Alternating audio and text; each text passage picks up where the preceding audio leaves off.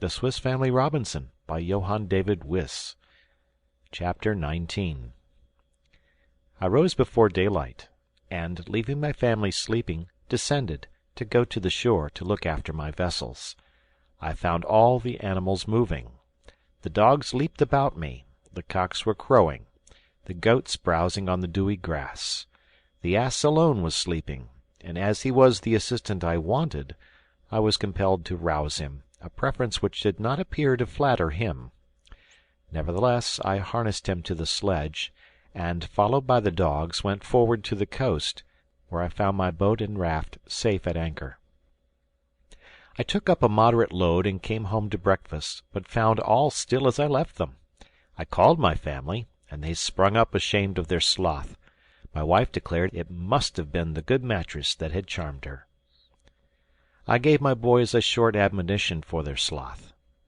We then came down to a hasty breakfast, and returned to the coast to finish the unloading of the boats, that I might, at high water, take them round to moor at the usual place in the Bay of Safety.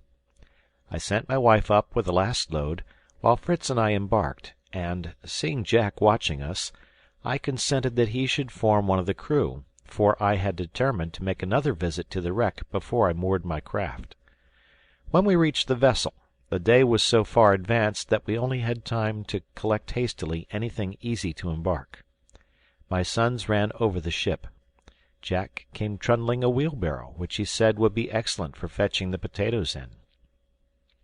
But Fritz brought me good news. He had found, between decks, a beautiful pinnace, a small vessel of which the prow is square, taken to pieces, with all its fittings, and even 2 small guns. I saw that all the pieces were numbered and placed in order. Nothing was wanting. I felt the importance of this acquisition. But it would take days of labor to put it together, and then how could we launch it? At present, I felt I must renounce the undertaking. I returned to my loading. It consisted of all sorts of utensils, a copper boiler, some plates of iron, tobacco graters, 2 grindstones, a barrel of powder, and one of flints.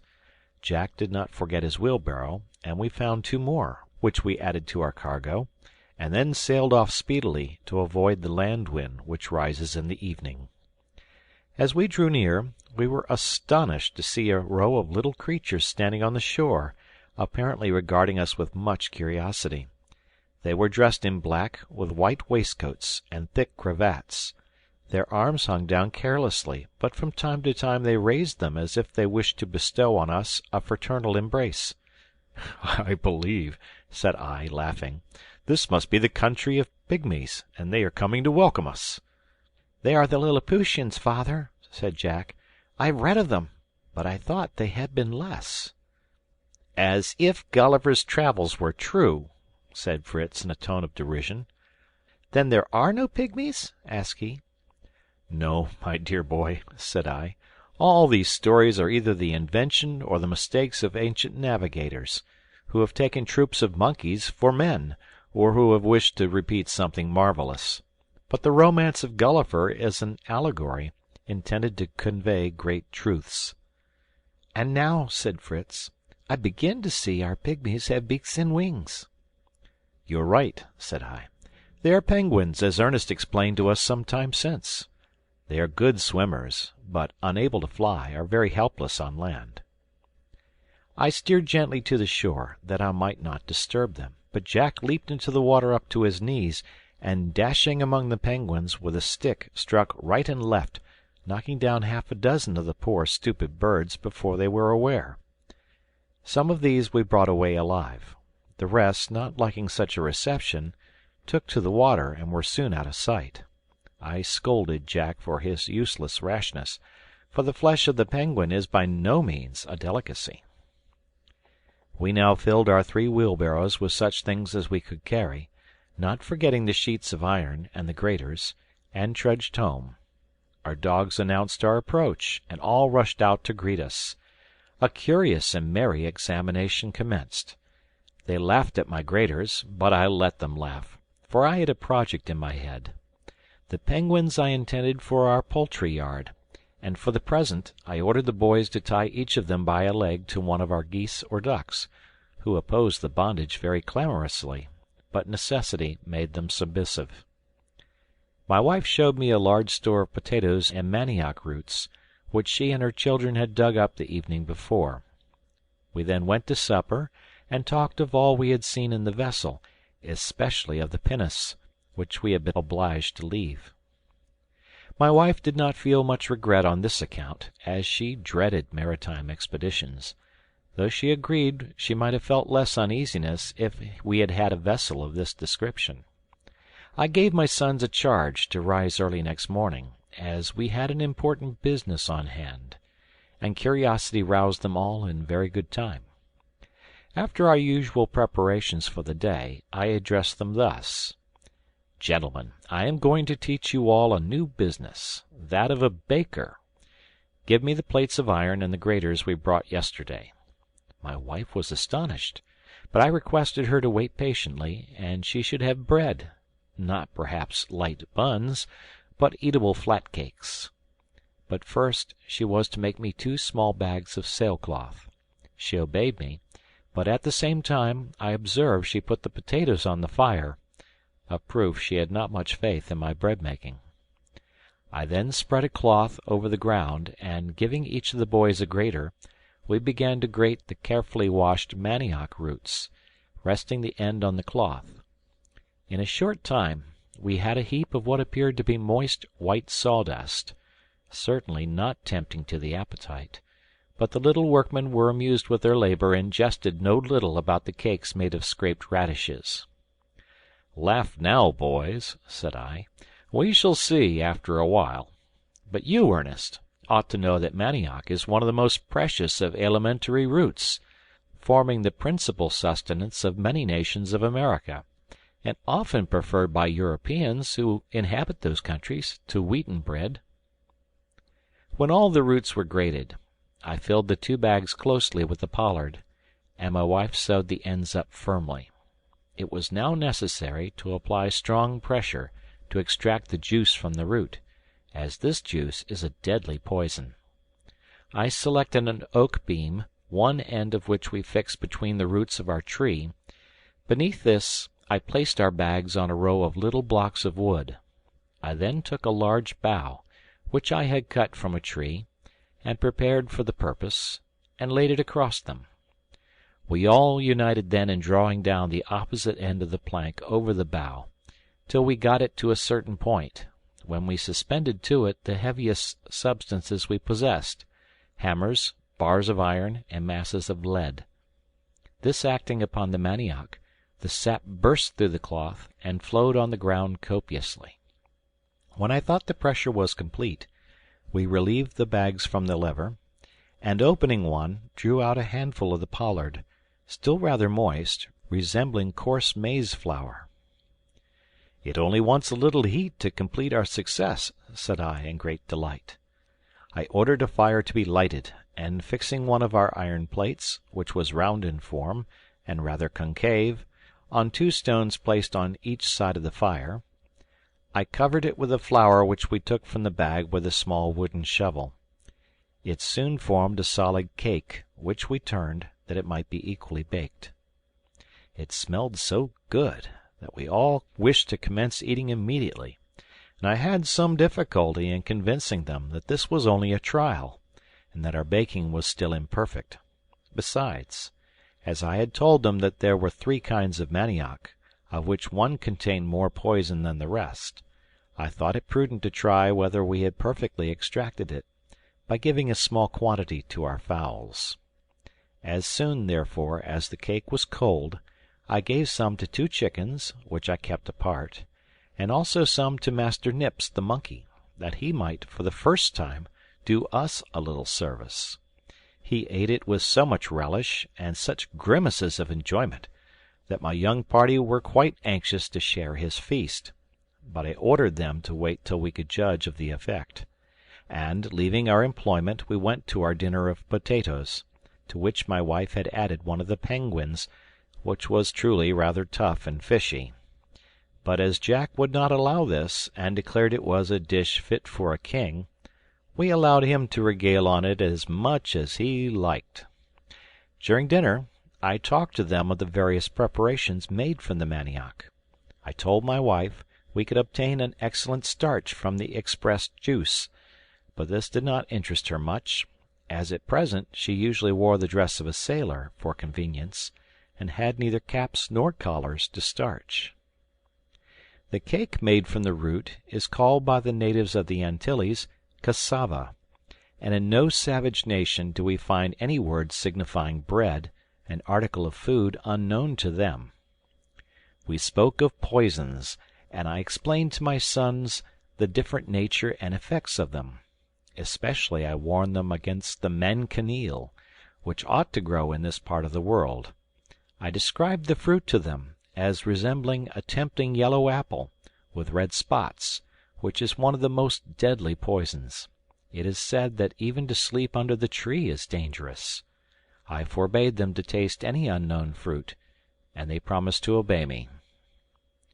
On leaving the table, we went to visit the victims of our experiment.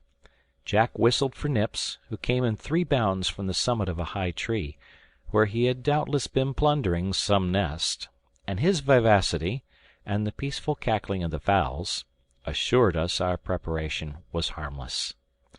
"Now, gentlemen," said I, laughing, "to the bakehouse, and let us see what we can do." I wished them each to try to make the cakes.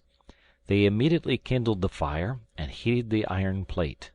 In the meantime, I broke up a grated cassava, and mixed it with a little milk, and giving each of them a coconut basin filled with the paste, I showed them how to pour it with a spoon upon the plate, and spread it about. When the paste began to puff up, I judged it was baked on one side, and turned it, like a pancake, with a fork. And after a little time we had a quantity of nice yellow biscuits, which, with a jug of milk, made us a delicious collation, and determined us without delay to set about cultivating the manioc. The rest of the day was employed in bringing up the remainder of our cargo, by means of the sledge and the useful wheelbarrows. End of chapter. Chapter 20. The next morning I decided on returning to the wreck. The idea of the pinnace continually haunted my mind, and left me no repose. But it was necessary to take all the hands I could raise, and with difficulty I got my wife's consent to take my 3 elder sons, on promising her we would return in the evening. We set out, taking provision for the day, and soon arrived at the vessel, when my boys began to load the raft with all manner of portable things. But the great matter was the pinnace. It was contained in the after hold of the vessel, immediately below the officers' berths. My sons, with all the ardor of their age, begged to begin by clearing a space in the vessel to put the pinnace together, and we might afterwards think how we should launch it. Under any other circumstances I should have shown them the folly of such an undertaking. But in truth I had myself a vague hope of success that encouraged me, and I cried out, "To work! To work!"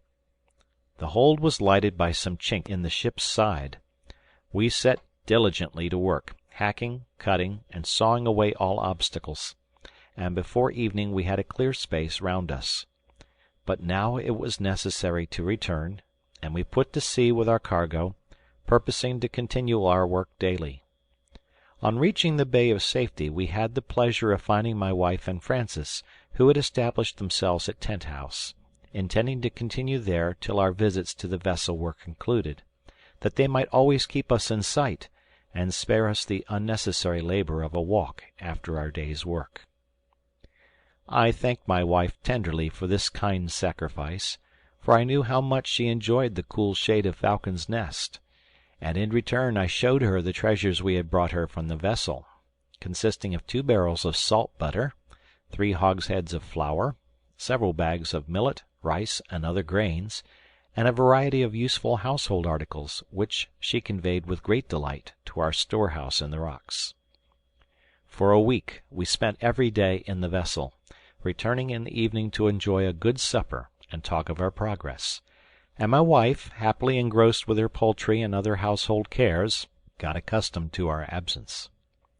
With much hard labor the pinnace was at last put together. Its construction was light and elegant. It looked as if it would sail well. At the head was a short half-deck. The masts and sails were like those of a brigantine. We carefully caulked all the seams with tow dipped in melted tar, and we even indulged ourselves by placing the 2 small guns in it, fastened by chains. And there stood the beautiful little bark, immovable on the stocks. We admired it incessantly, but what could we do to get it afloat? The difficulty of forcing a way through the mighty timbers lined with copper, that formed the side of the ship, was insurmountable. Suddenly, suggested by the excess of my despair, a bold but dangerous idea presented itself to me, in which all might be lost as well as all gained. I said nothing about this to my children, to avoid the vexation of a possible disappointment, but began to execute my plan. I found a cast-iron mortar, exactly fitted for my purpose, which I filled with gunpowder. I then took a strong oak plank to cover it, to which I fixed iron hooks, so that they could reach the handles of the mortar. I cut a groove in the side of the plank, that I might introduce a long match, which should burn at least 2 hours before it reached the powder. I placed the plank then over the mortar, fastened the hooks through the handles, surrounded it with pitch, and then bound some strong chains round the whole, to give it greater solidity. I proceeded to suspend this infernal machine against the side of the ship near our work, taking care to place it where the recoil from the explosion should not injure the pinnace. When all was ready, I gave the signal of departure, my sons having been employed in the boat, and not observing my preparations.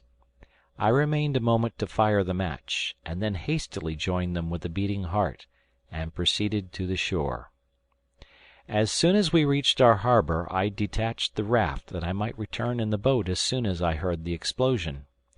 We began actively to unload the boat, and, while thus employed, a report like thunder was heard.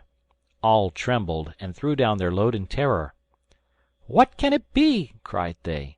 "Perhaps a signal from some vessel in distress. Let's go to their assistance." "It came from the vessel," said my wife. "It must have blown up. You have not been careful of fire, and have left some near a barrel of gunpowder." "At all events," said I, "we will go and ascertain the cause. Who'll go with me?" By way of reply, my 3 sons leaped into the boat, and, consoling the anxious mother by a promise to return immediately, away we rowed. We never made the voyage so quickly. Curiosity quickened the movements of my sons, and I was all impatience to see the result of my project. As we approached, I was glad to see no appearance of flames, or even smoke. The position of the vessel did not seem altered. Instead of entering the vessel as usual, we rounded the prow, and came opposite the other side.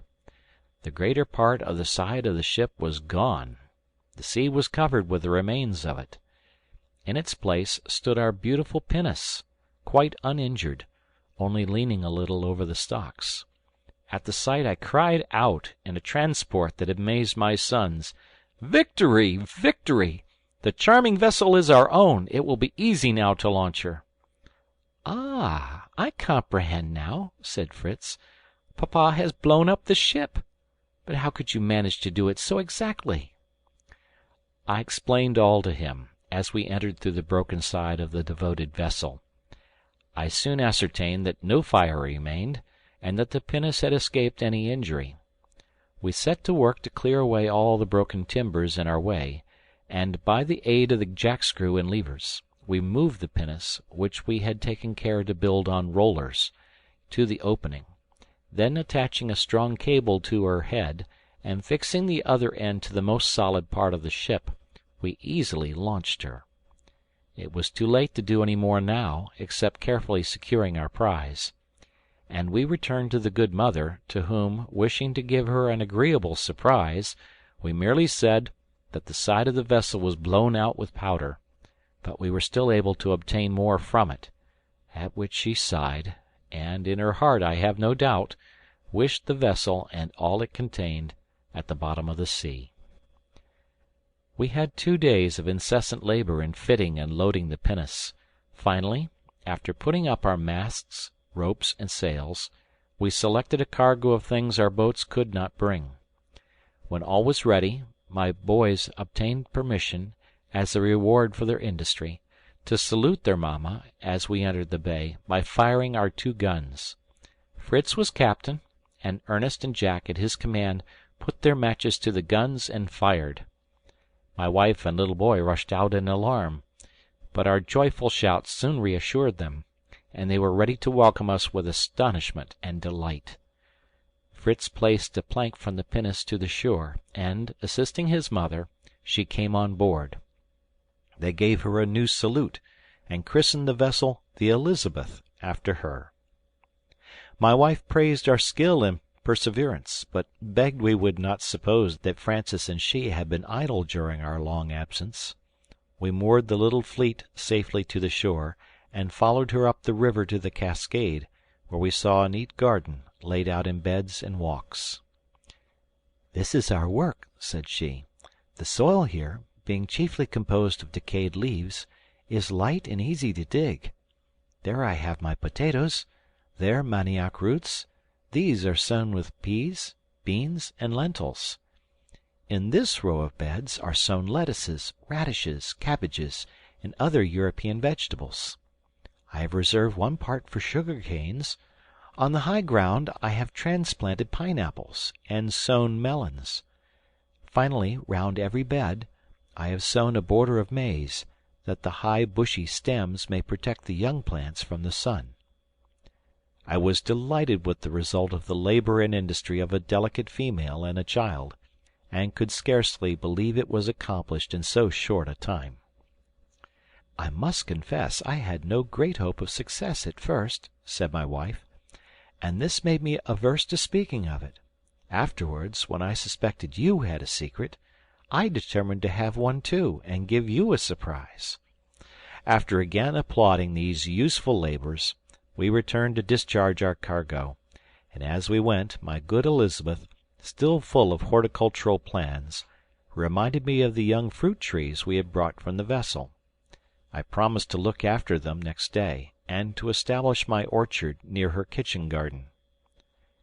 We unloaded our vessels, placed on the sledge all that might be useful at Falcon's Nest, and arranging the rest under the tent, fixed our pinnace to the shore by means of the anchor and a cord fastened to a heavy stone, and at length set out to Falcon's Nest, where we arrived soon, to the great comfort of my wife, who dreaded the burning plain at Tent House. End of chapter 20. Chapter 21. After our return to Falcon's Nest, I requested my sons to continue their exercises and gymnastics. I wished to develop all the vigor and energy that nature had given them, and which, in our situation, were especially necessary. I added to archery, racing, leaping, wrestling, and climbing trees, either by the trunks or by a rope suspended from the branches, as sailors climb. I next taught them to use the lasso, a powerful weapon, by aid of which the people of South America capture savage animals. I fixed 2 balls of lead to the end of a cord of about 1 fathom in length. The Patagonians, I told them, use this weapon with wonderful dexterity. Having no leaden balls, they attach a heavy stone to each end of a cord about 30 yards long. If they wish to capture an animal, they hurl one of the stones at it with singular address. By the peculiar art with which the ball is thrown, the rope makes a turn or two around the neck of the animal, which remains entangled without the power of escaping. In order to show the power of this weapon, I took aim at the trunk of a tree which they pointed out. My throw was quite successful. The end of the rope passed 2 or 3 times round the trunk of the tree, and remained firmly fixed to it. If the tree had been the neck of a tiger, I should have been absolute master of it. This experiment decided them all to learn the use of the lasso. Fritz was soon skilful in throwing it, and I encouraged the rest to persevere in acquiring the same facility, as the weapon might be invaluable to us when our ammunition failed. The next morning I saw, on looking out, that the sea was too much agitated for any expedition in the boats. I therefore turned to some home employments. We looked over our stores for winter provision. My wife showed me a cask of ortolans she had preserved in butter, and a quantity of loaves of cassava bread, carefully prepared. She pointed out that the pigeons had built in the tree and were sitting on their eggs. We then looked over the young fruit trees brought from Europe, and my sons and I immediately laid out a piece of ground and planted them. The day passed in these employments, and as we had lived only on potatoes, cassava bread, and milk for this day, we determined to go off next morning in pursuit of game to recruit our larder. At dawn of day we all started, including little Francis and his mother, who wished to take this opportunity of seeing a little more of the country. My sons and I took our arms. I harnessed the ass to the sledge, which contained our provision for the day, and was destined to bring back the products of the chase. Turk, accoutred in his coat of mail, formed the advance guard. My sons followed with their guns. Then came my wife with Francis leading the ass, and at a little distance I closed the procession, with Master Nips mounted on the patient Flora. We crossed Flamingo Marsh, and there my wife was charmed with the richness of the vegetation and the lofty trees.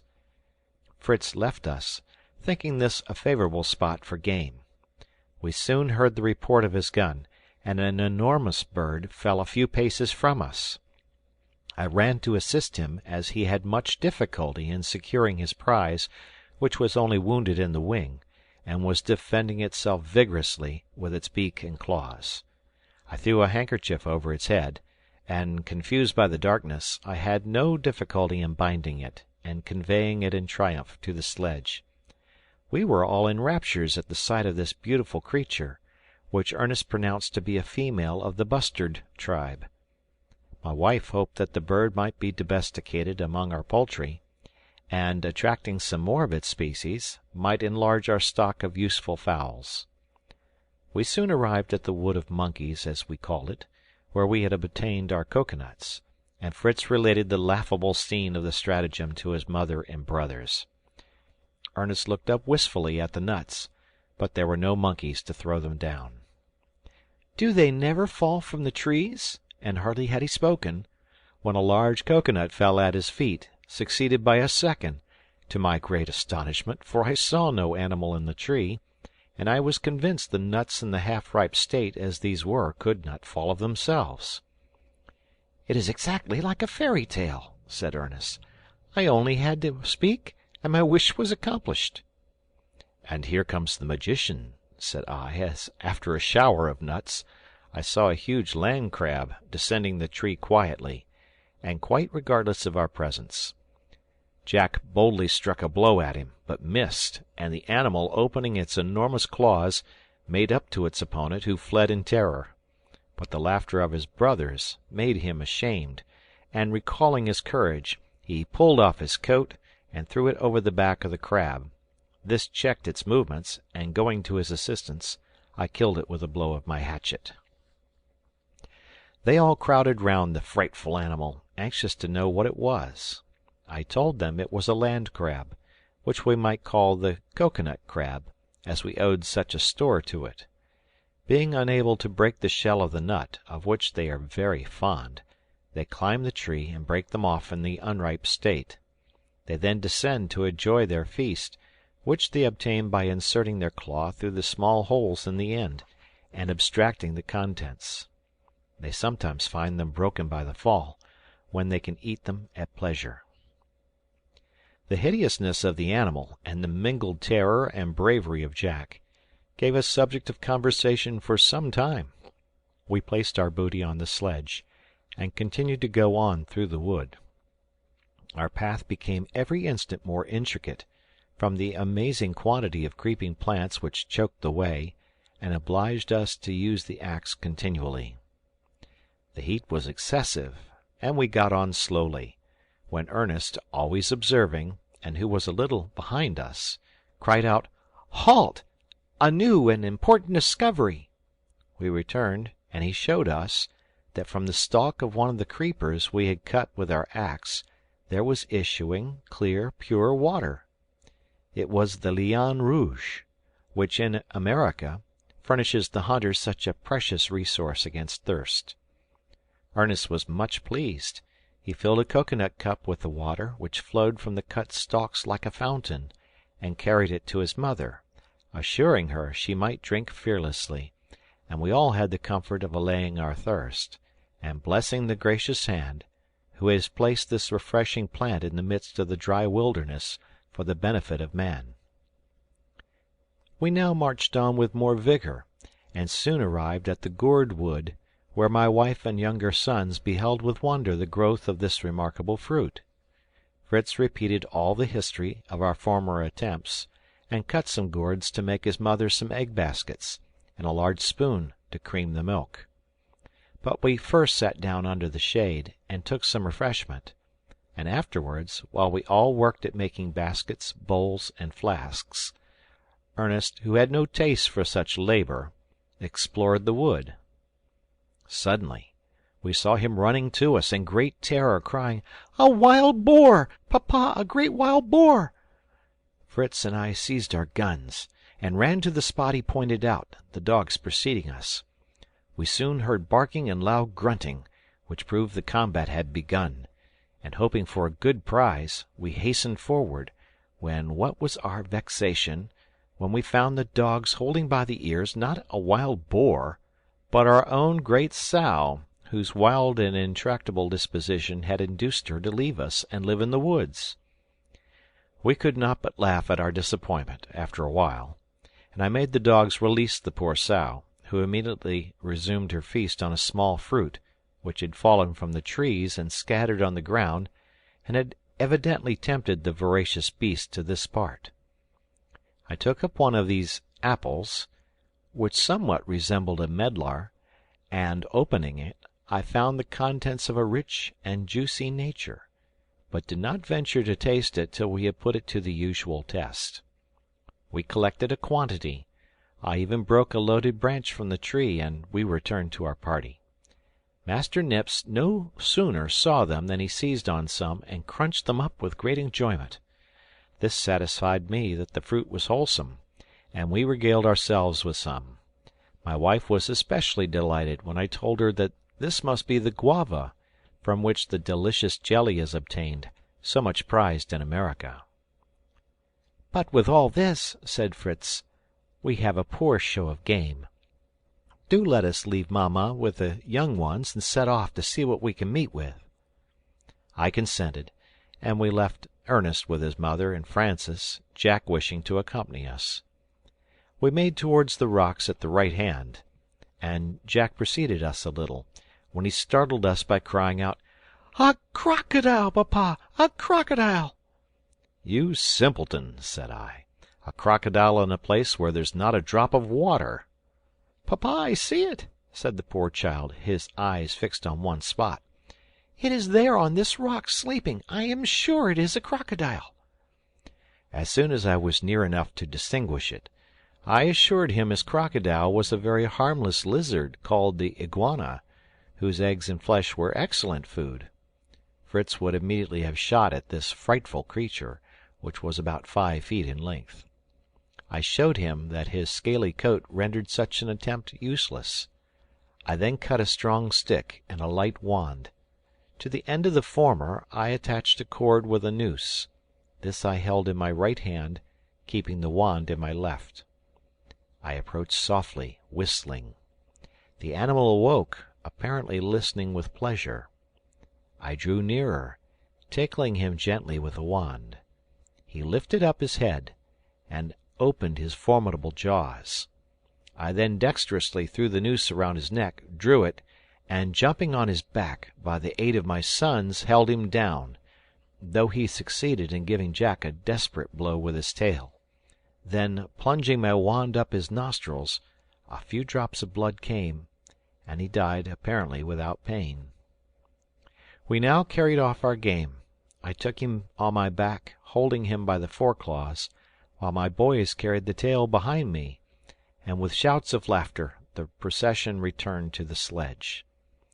Poor little Francis was in great dismay when he saw the terrible monster we brought, and began to cry.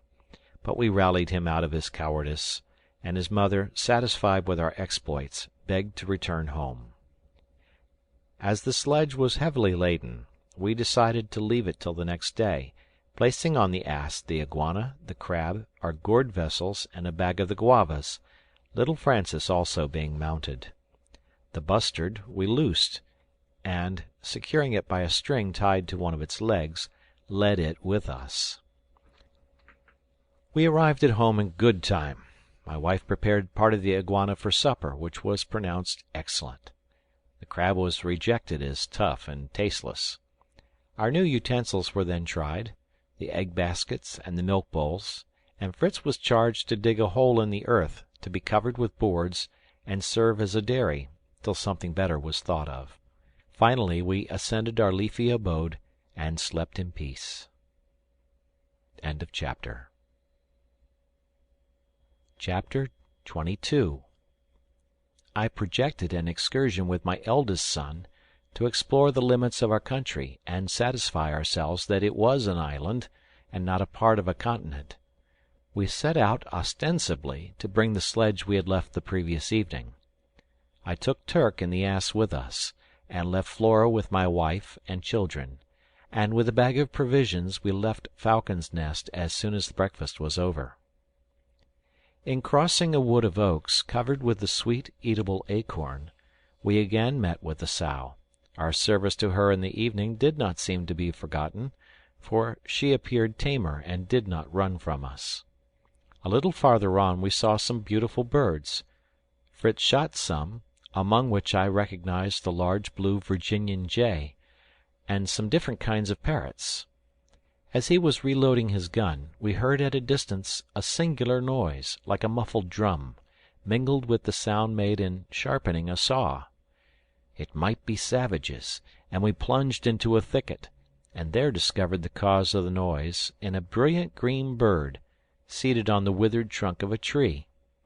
It spread its wings and tail, and strutted about with strange contortions, to the great delight of its mates, who seemed lost in admiration of him. At the same time he made the sharp cry we heard, and striking his wing against the tree, produced the drum-like sound. I knew this to be the ruffed grouse, one of the greatest ornaments of the forests of America. My insatiable hunter soon put an end to the scene. He fired at the bird, who fell dead, and his crowd of admirers, with piercing cries, took to flight. I reprimanded my son for so rashly killing everything we met with without consideration, and for the mere love of destruction. He seemed sensible of his error, and as the thing was done, I thought it as well to make the best of it, and sent him to pick up his game. "What a creature!" said he, as he brought it. "How it would have figured in our poultry-yard, if I had not been in such a hurry!" We went on to our sledge in the gourd wood, and as the morning was not far advanced, we determined to leave all here, and proceed in our projected excursion beyond the chain of rocks. But we took the ass with us to carry our provisions, and any game or other object we should meet with in the new country we hoped to penetrate. Amongst gigantic trees, and through grass of a prodigious height, we travelled with some labour, looking right and left to avoid danger, or to make discoveries. Turk walked the first, smelling the air. Then came the donkey, with his grave and careless step, and we followed, with our guns in readiness. We met with plains of potatoes and of manioc, amongst the stalks of which were sporting tribes of agoutis, but we were not tempted by such game. We now met with a new kind of bush covered with small white berries about the size of a pea. On pressing these berries, which adhered to my fingers, I discovered that this plant was the Myrica cerifera, or candleberry myrtle, from which a wax is obtained that may be made into candles. With great pleasure I gathered a bag of these berries, knowing how my wife would appreciate this acquisition, for she often lamented that we were compelled to go to bed with the birds as soon as the sun set. We forgot our fatigue as we proceeded, in contemplation of the wonders of nature, flowers of marvelous beauty, butterflies of more dazzling colors than the flowers, and birds graceful in form and brilliant in plumage. Fritz climbed a tree, and succeeded in securing a young green parrot, which he enveloped in his handkerchief, with the intention of bringing it up and teaching it to speak. And now we met with another wonder, a number of birds who lived in a community, in nests, sheltered by a common roof, in the formation of which they had probably labored jointly. This roof was composed of straw and dry sticks, plastered with clay, which rendered it equally impenetrable to sun or rain. Pressed as we were for time, I could not help stopping to admire this feathered colony. This leading us to speak of natural history, as it relates to animals who live in societies, we recalled in succession the ingenious labors of the beavers and the marmots, the not less marvelous constructions of the bees, the wasps, and the ants, and I mentioned particularly those immense ant-hills of America, of which the masonry is finished with such skill and solidity that they are sometimes used for ovens, to which they bear a resemblance. We had now reached some trees quite unknown to us. They were from 40 to 60 feet in height, and from the bark, which was cracked in many places, issued small balls of a thick gum. Fritz got one off with difficulty, it was so hardened by the sun. He wished to soften it with his hands, but found that heat only gave it the power of extension, and that by pulling the two extremities, and then releasing them, it immediately resumed its first form. Fritz ran to me, crying out, "I have found some india-rubber." "If that be true," said I, "you have made a most valuable discovery." He thought I was laughing at him, for we had no drawing to rub out here. I told him this gum might be turned to many useful purposes. Among the rest, we might make excellent shoes of it. This interested him. How could we accomplish this? "The caoutchouc," said I, "is the milky sap which is obtained from certain trees of the euphorbium kind, by incisions made in the bark. It is collected in vessels, care being taken to agitate them, that the liquid may not coagulate. In this state they cover little clay bottles with successive layers of it, till it attains the required thickness. It is then dried in smoke, which gives it the dark brown color. Before it is quite dry, it is ornamented by lines and flowers drawn with the knife. Finally, they break the clay form, and extract it from the mouth, and there remains the india-rubber bottle of commerce, soft and flexible. Now this is my plan for shoemaking. We will fill a stocking with sand, cover it with repeated layers of the gum till it is of the proper thickness, then empty out the sand, and if I do not deceive myself, we shall have perfect boots or shoes." Comfortable in the hope of new boots, we advanced through an interminable forest of various trees. The monkeys on the cocoanut trees furnished us with pleasant refreshment, and a small store of nuts besides. Among these trees I saw some lower bushes, whose leaves were covered with a white dust. I opened the trunk of one of these, which had been torn up by the wind, and found in the interior a white farinaceous substance, which, on tasting, I knew to be the sago imported into Europe.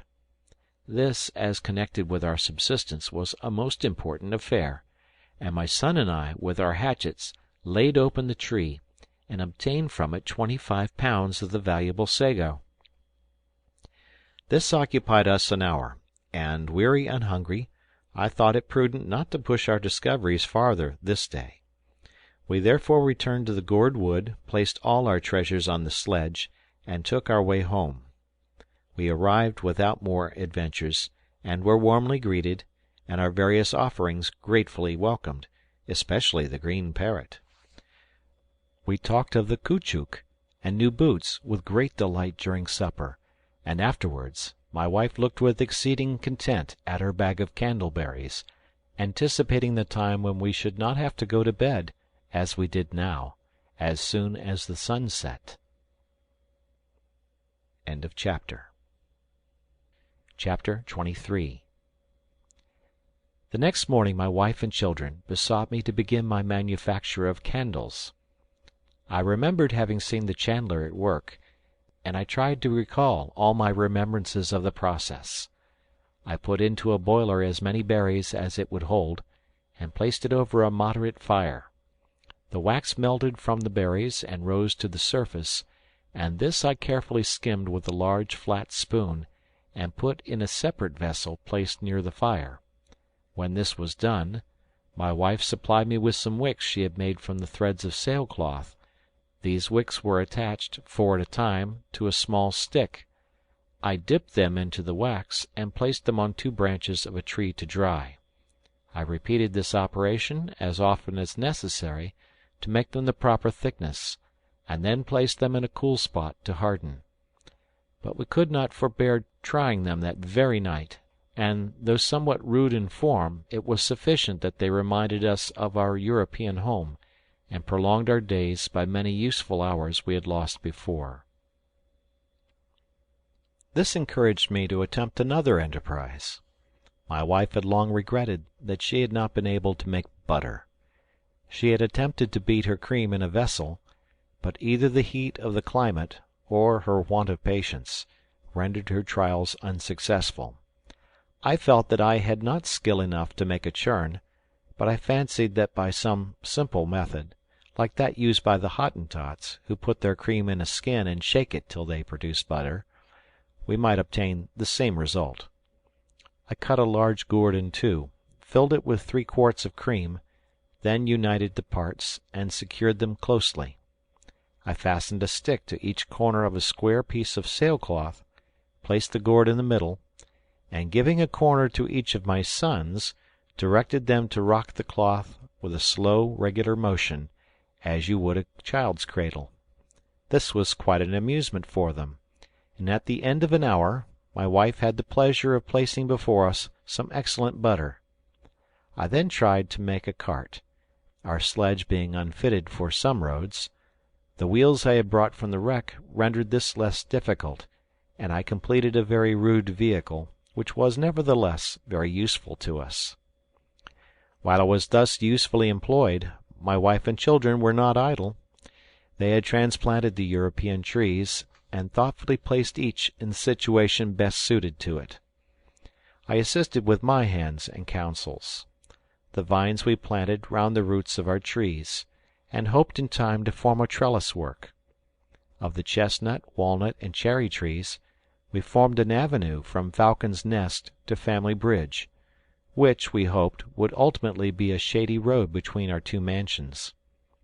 We made a solid road between the 2 rows of trees, raised in the middle and covered with sand, which we brought from the shore in our wheelbarrows. I also made a sort of tumbrel, to which we harnessed the ass to lighten this difficult labor. We then turned our thoughts to Tent House, our first abode, and which still might form our refuge in case of danger. Nature had not favored it, but our labor soon supplied all deficiencies.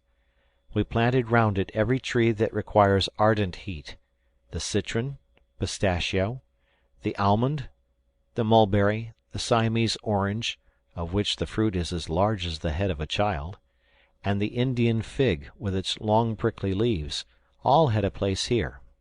These plantations succeeding admirably, we had, after some time, the pleasure of seeing the dry and sandy desert converted into a shady grove, rich in flowers and fruit.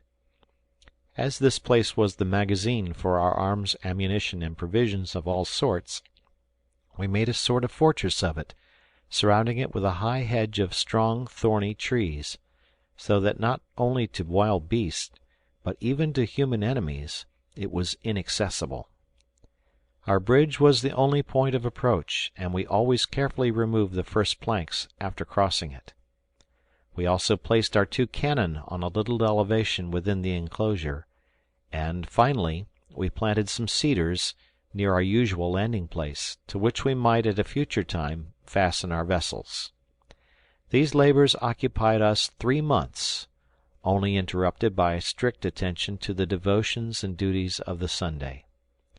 I was most especially grateful to God for the robust health we all enjoyed in the midst of our employments. All went on well in our little colony.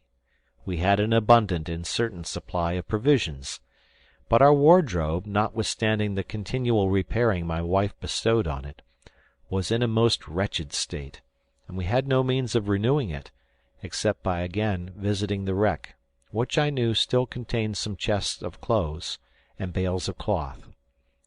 This decided me to make another voyage.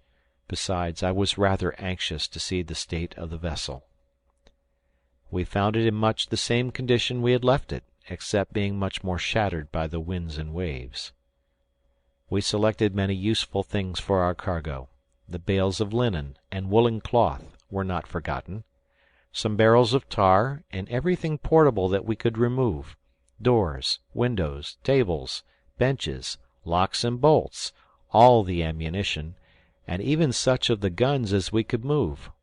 In fact, we completely sacked the vessel, carrying off after several days' labor all our booty, with the exception of some weighty articles, amongst which were 3 or 4 immense boilers intended for a sugar manufactory.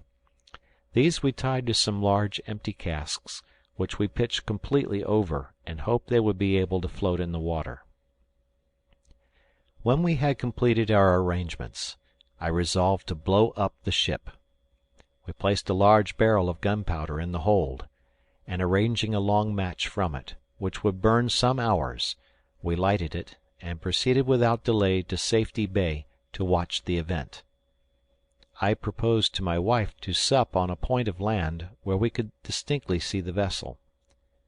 Just as the sun was going down, a majestic rolling, like thunder, succeeded by a column of fire, announced the destruction of the vessel which had brought us from Europe, and bestowed its great riches on us. We could not help shedding tears, as we heard the last mournful cry of this sole remaining bond that connected us with home. We returned sorrowfully to Tent House, and felt as if we had lost an old friend. We rose early next morning, and hastened to the shore, which we found covered with the wreck, which, with a little exertion, we found it easy to collect. Amongst the rest were the large boilers. We afterwards used these to cover our barrels of gunpowder, which we placed in a part of the rock, where, even if an explosion took place, no damage could ensue. My wife, in assisting us with the wreck, made the agreeable discovery that 2 of our ducks and 1 goose had hatched each a brood, and were leading their noisy young families to the water.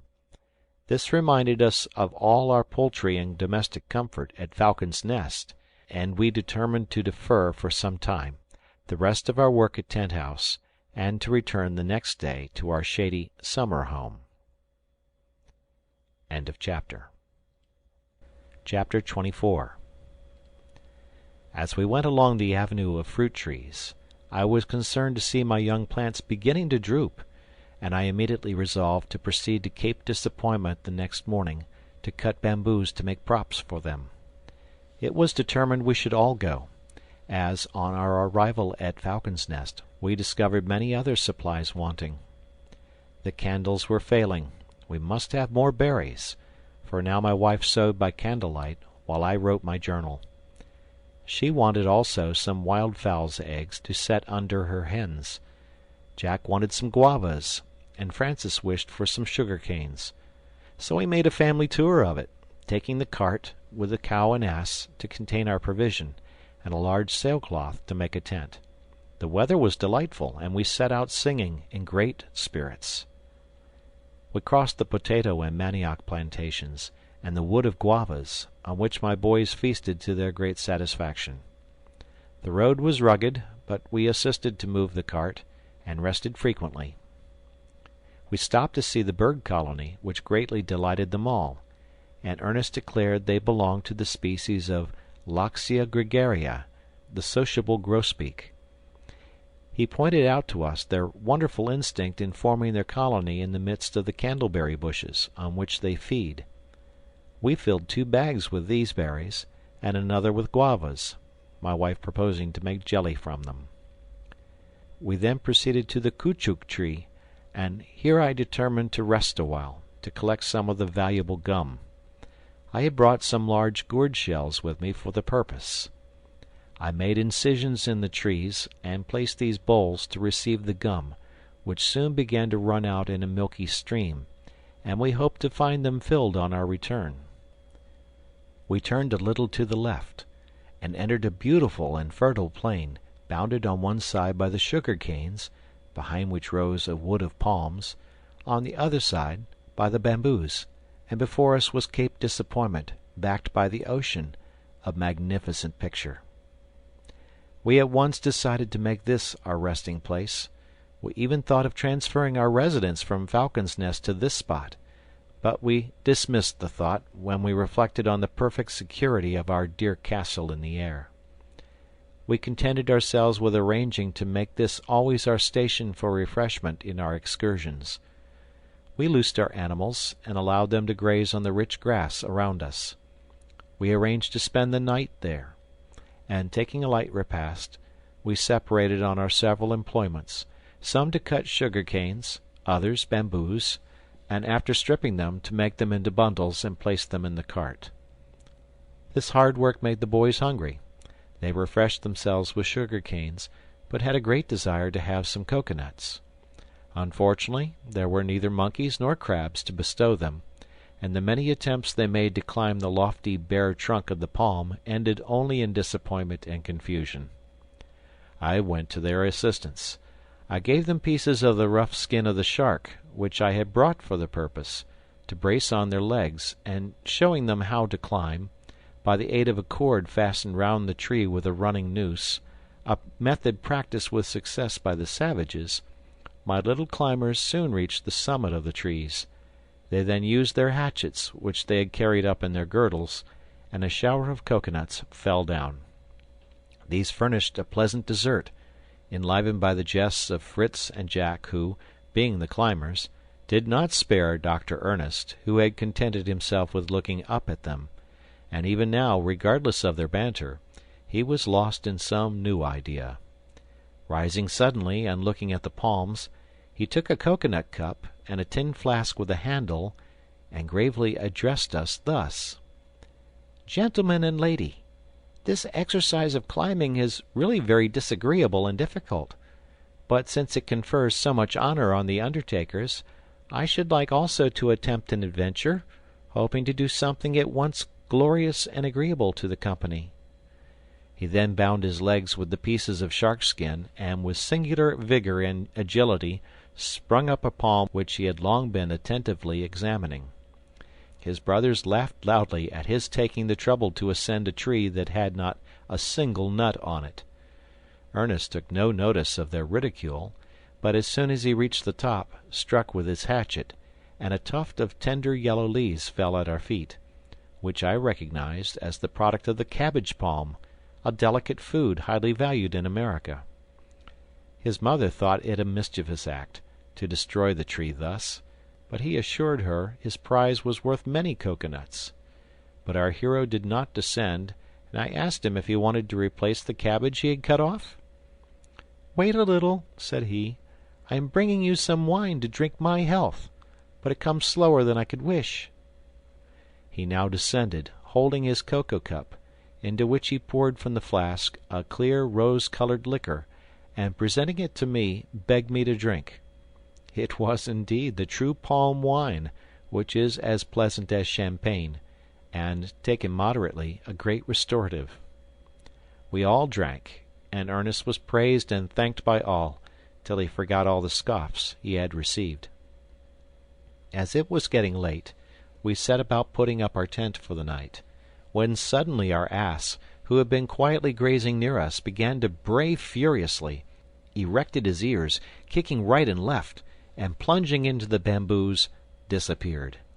This made us very uneasy. I could not submit to lose the useful animal, and, moreover, I was afraid his agitation announced the approach of some wild beast. The dogs and I sought for any trace of it in vain. I therefore, to guard against any danger, made a large fire before our tent, which I continued to watch till midnight, when, all being still, I crept into the tent, to my bed of moss, and slept undisturbed till morning.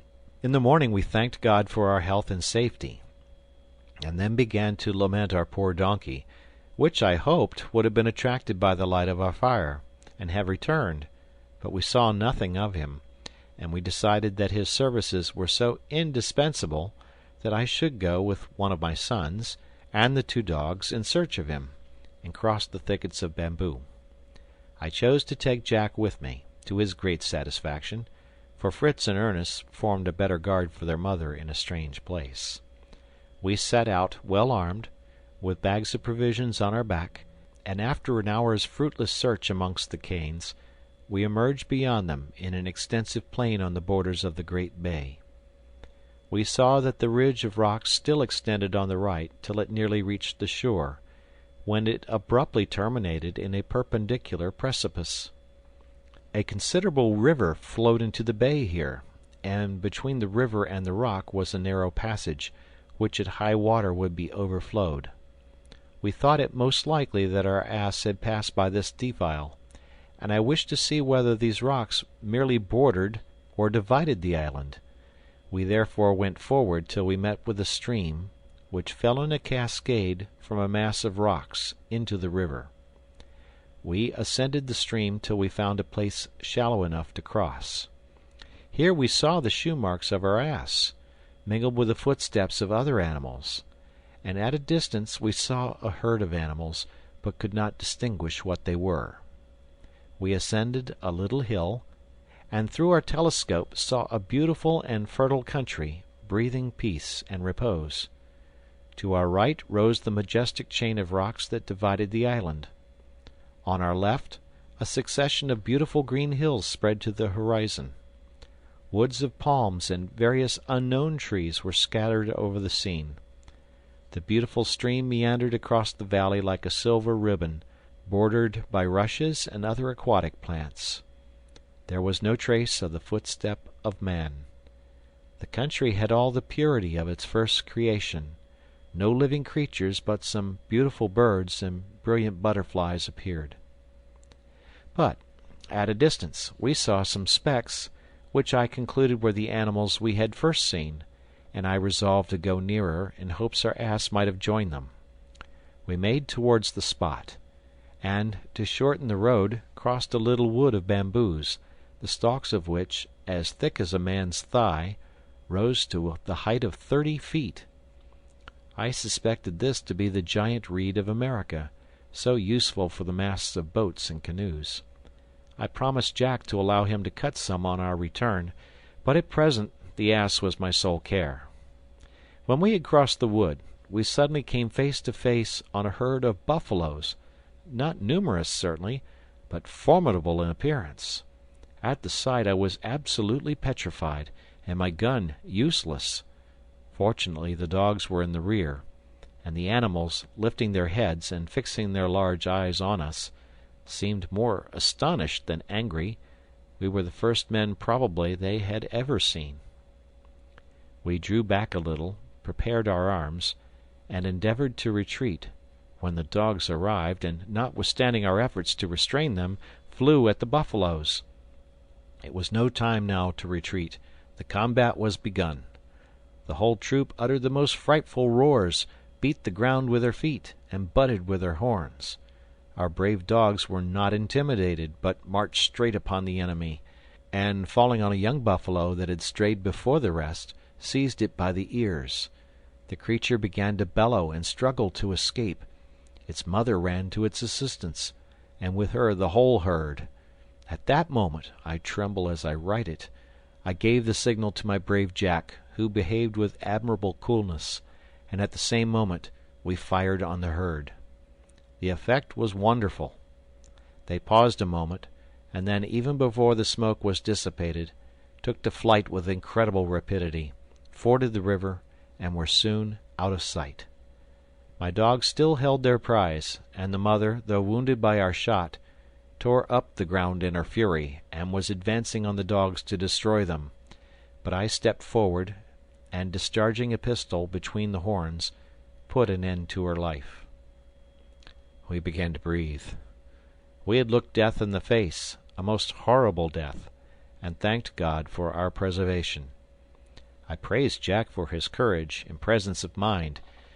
Any fear or agitation on his part would have unnerved me, and rendered our fate certain.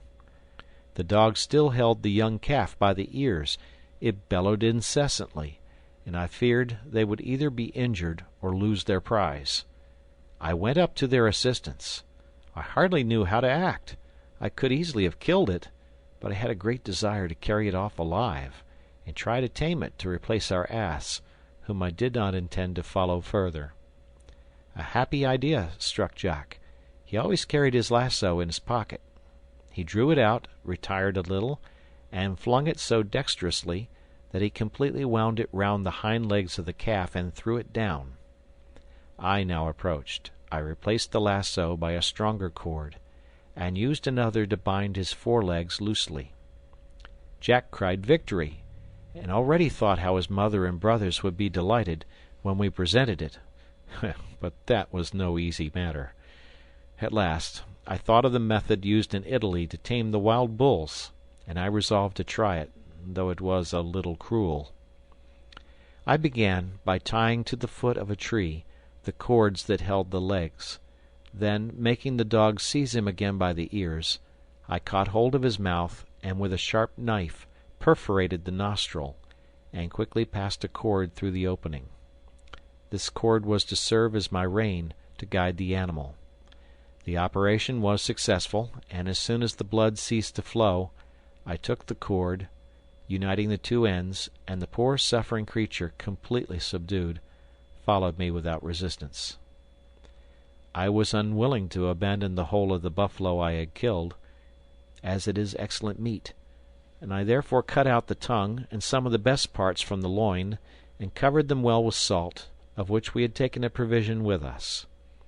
I then carefully skinned the forelegs, remembering that the American hunters used these skins for boots, being remarkably soft and flexible.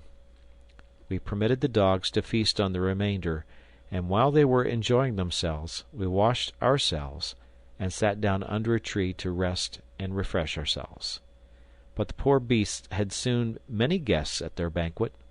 Clouds of birds of prey came from every part. An incessant combat was kept up. No sooner was one troop of brigands satisfied than another succeeded, and soon all that remained of the poor buffalo was the bones. I noticed amongst these ravenous birds the royal vulture, an elegant bird, remarkable for a brilliant collar of down. We could easily have killed some of these robbers, but I thought it useless to destroy from mere curiosity, and I preferred employing our time in cutting, with a small saw we had brought, some of the gigantic reeds that grew around us. We cut several of the very thick ones, which make excellent vessels when separated at the joints, but I perceived that Jack was cutting some of small dimensions, and I inquired if he was going to make a Pandean pipe to celebrate his triumphal return with a buffalo. "No," said he, "I don't recollect that Robinson Crusoe amused himself with music in his island. But I have thought of something that will be useful to Mamma. I am cutting these reeds to make molds for our candles." "An excellent thought, my dear boy," said I. "And if even we break our molds in getting out the candles, which I suspect we may, we know where they grow, and can come for more." We collected all our reeds in bundles, and then set out. The calf, intimidated by the dogs, and galled by the rain, went on tolerably well. We crossed the narrow pass in the rocks, and here our dogs killed a large jackal which was coming from her den in the rock. The furious animals then entered the den, followed by Jack, who saved with difficulty one of the young cubs, the others being immediately worried. It was a pretty little gold-colored creature, about the size of a cat. Jack petitioned earnestly to have it to bring up, and I made him happy by granting his request. In the meantime I had tied the calf to a low tree, which I discovered was the thorny dwarf palm, which grows quickly and is extremely useful for fences. It bears an oblong fruit about the size of a pigeon's egg, from which is extracted an oil which is an excellent substitute for butter. I determined to return for some young plants of this palm to plant a tent house. It was almost night when we joined our family, and endless were the questions the sight of the buffalo produced, and great was the boasting of Jack the Dauntless. I was compelled to lower his pride a little by an unvarnished statement, though I gave him much credit for his coolness and resolution. And supper time arriving, my wife had time to tell me what had passed while we had been on our expedition. End of chapter. Chapter 25. My wife began by saying they had not been idle in my absence. They had collected wood and made torches for the night. Fritz and Ernest had even cut down an immense sago palm, 70 feet high, intending to extract its precious pith, but this they had been unable to accomplish alone and waited for my assistance. But while they were engaged in this employment, a troop of monkeys had broken into the tent and pillaged and destroyed everything. They had drunk or overturned the milk, and carried off or spoiled all our provisions, and even so much injured the palisade I had erected round the tent that it took them an hour, after they returned, to repair the damage. Fritz had made also a beautiful capture, in a nest he had discovered in the rocks at Cape Disappointment. It was a superb bird, and though very young, quite feathered. Ernest had pronounced it to be the eagle of Malabar, and I confirmed his assertion. And as this species of eagle is not large, and does not require much food, I advised him to train it as a falcon, to chase other birds. I took this opportunity to announce that henceforward every one must attend to his own livestock, or they should be set at liberty, Mamma having sufficient to manage in her own charge. We then made a fire of green wood, in the smoke of which we placed the buffalo meat we had brought home, leaving it during the night, that it might be perfectly cured. We had had some for supper, and thought it excellent. The young buffalo was beginning to graze, and we gave him a little milk tonight, as well as to the jackal. Fritz had taken the precaution to cover the eyes of his eagle, and tying it fast by the leg to a branch, it rested very tranquilly. We then retired to our mossy beds, to recruit our strength for the labors of another day.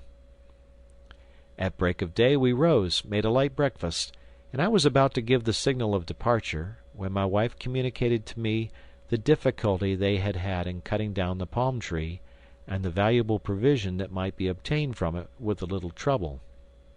I thought she was right, and decided to remain here another day, for it was no trifling undertaking to split up a tree 70 feet long. I consented the more readily, as I thought I might, after removing the useful pith from the trunk, obtain 2 large spouts or channels to conduct the water from Jackal River to the kitchen garden. Such tools as we had we carried to the place where the tree lay. We first sawed off the head, then, with a hatchet making an opening at each end, we took wedges and mallets, and the wood being tolerably soft, after 4 hours' labor, we succeeded in splitting it completely. When parted, we pressed the pith with our hands to get the whole into one division of the trunk, and began to make our paste. At one end of the spout we nailed one of the graters, through which we intended to force the paste, to form the round seeds. My little bakers set vigorously to work, some pouring water on the pith, while the rest mixed it into paste. When sufficiently worked, I pressed it strongly with my hand against the grater. The farinaceous parts passed easily through the holes, while the ligneous part, consisting of splinters of wood, etc., was left behind. This we threw into a heap, hoping mushrooms might spring from it. My wife now carefully spread the grains on sailcloth in the sun to dry them. I also formed some vermicelli, by giving more consistence to the paste, and forcing it through the holes in little pipes. My wife promised with this, and the Dutch cheese, to make us a dish equal to Naples macaroni. We were now contented. We could at any time obtain more sago by cutting down a tree, and we were anxious to get home to try our water pipes. We spent the rest of the day in loading the cart with our utensils and the halves of the tree. We retired to our hut at sunset, and slept in peace. The next morning the whole caravan began to move at an early hour. The buffalo, harnessed to the cart, by the side of his nurse, the cow, took the place of our lost ass, and began his apprenticeship as a beast of draught. We took the same road on our return, that we might carry away the candleberries and the vessels of India rubber. The vanguard was composed of Fritz and Jack, who pioneered our way, by cutting down the underwood to make a road for the cart.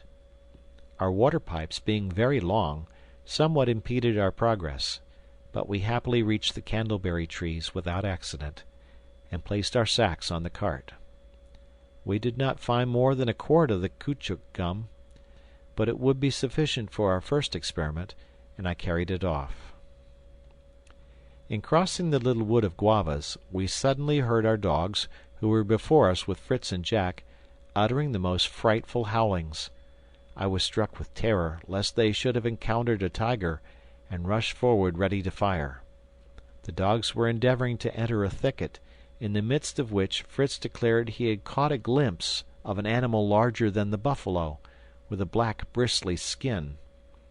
I was just about to discharge my gun into the thicket, when Jack, who had lain down on the ground to look under the bushes, burst into a loud laugh. "It is another trick of that vexatious animal, our old sow. She's always making fools of us," cried he. Half merry and half angry, we made an opening into the thicket, and there discovered the lady lying, surrounded by 7 little pigs only a few days old. We were very glad to see our old friend so attended, and stroked her. She seemed to recognize us and grunted amicably. We supplied her with some potatoes, sweet acorns, and cassava bread, intending in return to eat her young ones when they were ready for the spit, though my dear wife cried out against the cruelty of the idea. At present we left them with her, but proposed afterwards to take away 2 to be brought up at home, and leave the rest to support themselves on acorns in the woods, where they would become game for us. At length we arrived at Falcon's Nest, which we regarded with all the attachment of home. Our domestic animals crowded round us, and noisily welcomed us. We tied up the buffalo and jackal, as they were not yet domesticated. Fritz fastened his eagle to a branch by a chain long enough to allow it to move freely, and then imprudently uncovered its eyes. It immediately raised its head, erected its feathers, and struck on all sides with its beak and claws. Our fowls took to flight, but the poor parrot fell in his way, and was torn to pieces before we could assist it. Fritz was very angry, and would have executed the murderer, but Ernest begged he would not be so rash, as parrots were more plentiful than eagles, and it was his own fault for uncovering his eyes, the falconers always keeping their young birds hooded 6 weeks, till they were quite tamed. He offered to train it, if Fritz would part with it, but this Fritz indignantly refused. I told them the fable of the dog in the manger, which abashed Fritz, and he then besought his brother to teach him the means of training this noble bird, and promised to present him with his monkey. Ernest then told him that the Caribs subdue the largest birds by making them inhale tobacco smoke. Fritz laughed at this, but Ernest produced a pipe and some tobacco he had found in the ship, and began to smoke gravely under the branch where the bird was perched. It was soon calm, and on his continuing to smoke, it became quite motionless. Fritz then easily replaced the bandage, and thanked his brother for his good service. The next morning we set out early to our young plantation of fruit trees, to fix props to support the weaker plants. We loaded the cart with the thick bamboo canes and our tools, and harnessed the cow to it, leaving the buffalo in the stable, as I wished the wound in his nostrils to be perfectly healed before I put him to any hard work. I left Francis with his mother, to prepare our dinner, begging them not to forget the macaroni. We began at the entrance of the avenue to Falcon's Nest, where all the trees were much bent by the wind. We raised them gently by a crowbar. I made a hole in the earth, in which one of my sons placed the bamboo props, driving them firmly down with a mallet, and we proceeded to another, while Ernest and Jack tied the trees to them with a long, tough, pliant plant, which I suspected was a species of liana. As we were working, Fritz inquired if these fruit trees were wild. "A pretty question!" cried Jack. "Do you think the trees are tame like eagles or buffaloes? You perhaps could teach them to bow politely, so that we might gather the fruit." "You fancy you are a wit," said I, "but you speak like a dunce. We cannot make trees bow at our pleasure, but we can make a tree which by nature bears sour and uneatable fruit, produce what is sweet and wholesome. This is effected by grafting into a wild tree a small branch, or even a bud, of the sort you wish. I will show you this method practically at some future time, for by these means we can procure all sorts of fruit, only we must remember that we can only graft a tree with one of the same natural family. Thus we could not graft an apple on a cherry tree, for one belongs to the apple tribe and the other to the plum tribe." "Do we know the origin of all these European fruits?" asked the inquiring Ernest. "All our shell fruits," answered I, "such as the nuts, the almond, and the chestnut, are natives of the East, the peach of Persia, the orange and apricot of Armenia, and the cherry, which was unknown in Europe 60 years before Christ, was brought by the proconsul Lucullus from the southern shores of the Euxine. The olives come from Palestine. The first olive trees were planted on Mount Olympus, and from thence were spread through the rest of Europe. The fig is from Lydia. The plums, your favorite fruit, with the exception of some natural sorts that are native to our forests, are from Syria, and the town of Damascus has given its name to one sort, the Damascene or damson. The pear is a fruit of Greece. The ancients called it the fruit of the Peloponnesus. The mulberry is from Asia, and the quince from the island of Crete." Our work progressed as we talked thus, and we had soon propped all our valuable plants. It was now noon, and we returned to Falcon's Nest very hungry, and found an excellent dinner prepared, of smoked beef, and the tender bud of the cabbage palm, the most delicious of vegetables. After dinner, we began to discuss a plan I had long had in my head, but the execution of it presented many difficulties. It was, to substitute a firm and solid staircase for the ladder of ropes, which was a source of continual fear to my wife. It is true that we had only to ascend it to go to bed, but bad weather might compel us to remain in our apartment.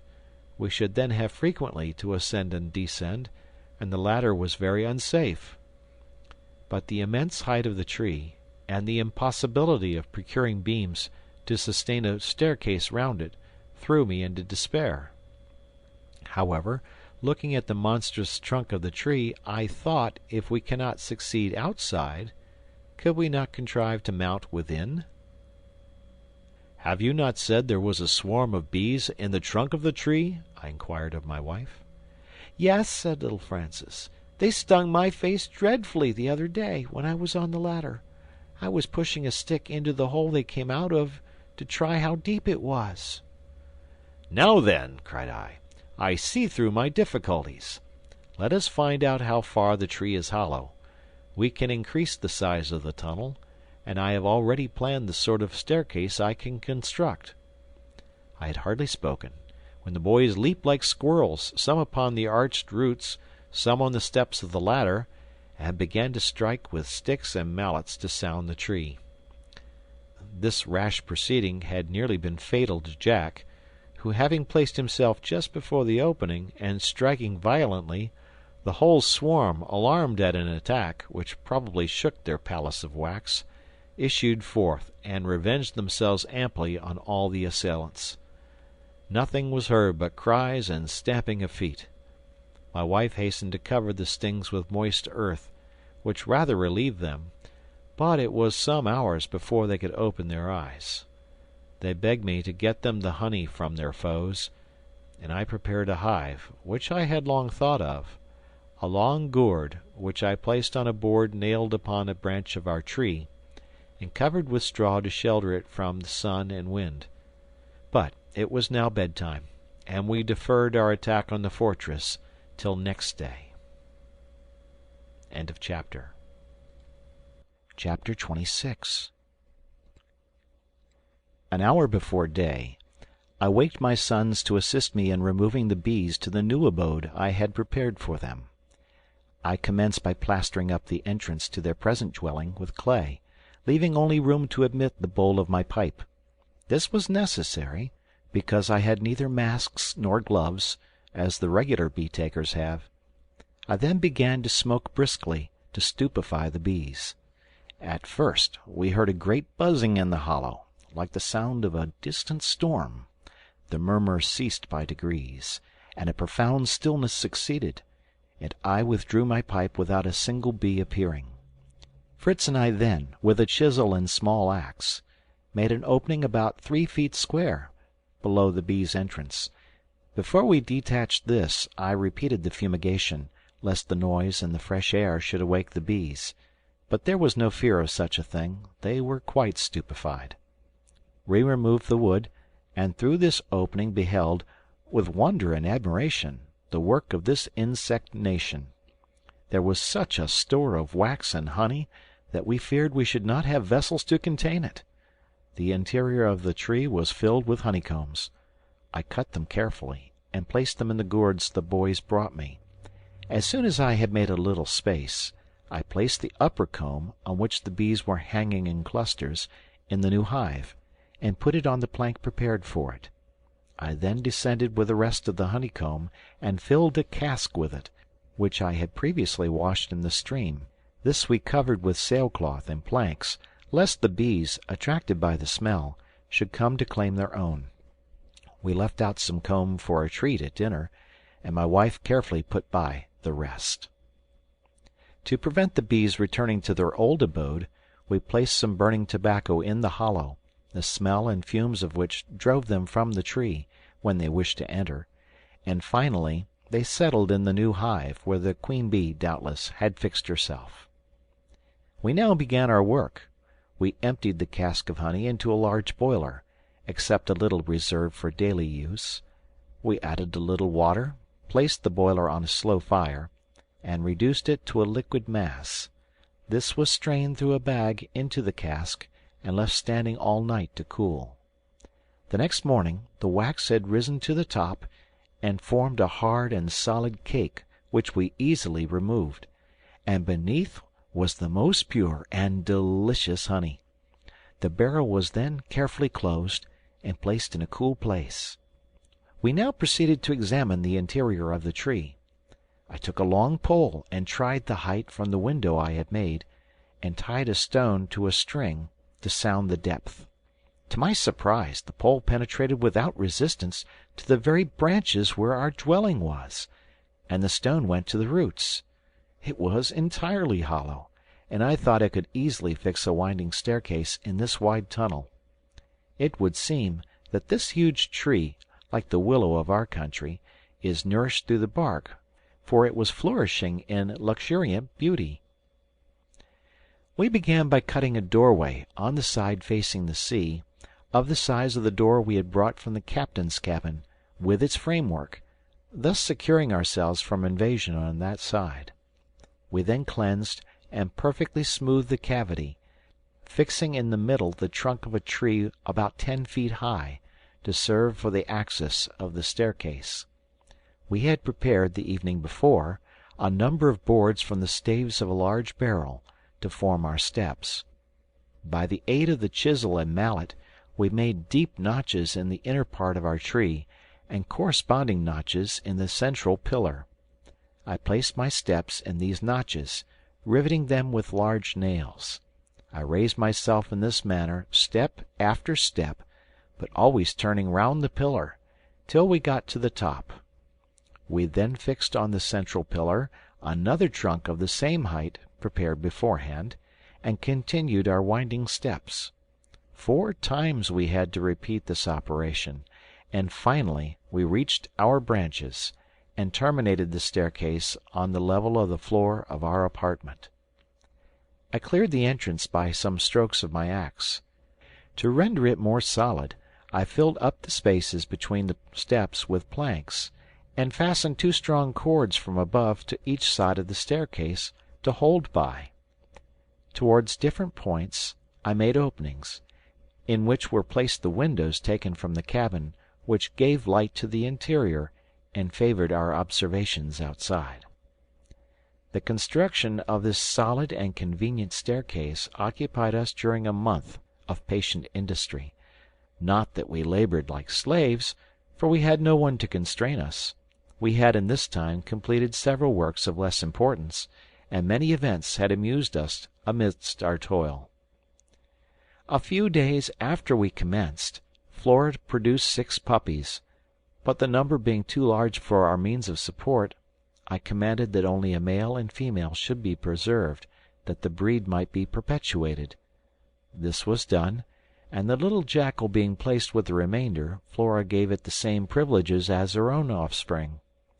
Our goats also, about this time, gave us 2 kids, and our sheep some lambs. We saw this increase of our flock with great satisfaction, and for fear these useful animals should take it into their heads to stray from us, as our ass had done, we tied round their necks some small bells we had found on the wreck, intended to propitiate the savages, and which would always put us on the track of the fugitives. The education of the young buffalo was one of the employments that varied our labour as carpenters. Through the incision in his nostrils I had passed a small stick, to the ends of which I attached a strap. This formed a kind of a bit, after the fashion of those of the Hottentots, and by this I guided him as I chose, though not without much rebellion on his part. It was only after Fritz had broken it in for mounting that we began to make it carry. It was certainly a remarkable instance of patience and perseverance surmounting difficulties, for we not only made it bear the wallets we usually placed on the ass, but Ernest, Jack, and even little Francis took lessons in horsemanship by riding him, and henceforward would have been able to ride the most spirited horse without fear, for it could not be worse than the buffalo they had assisted to subdue. In the midst of this, Fritz did not neglect the training of his young eagle.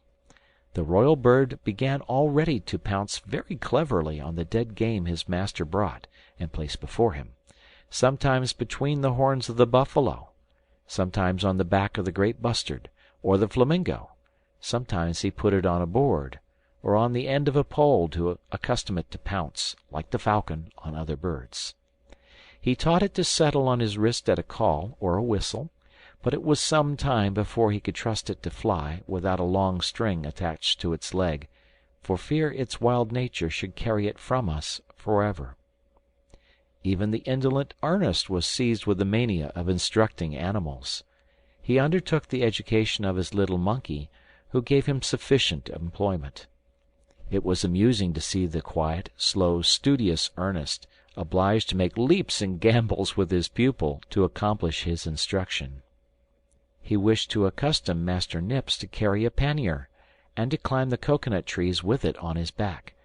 Jack and he wove a small light pannier of rushes, and fixed it firmly on his back with 3 straps.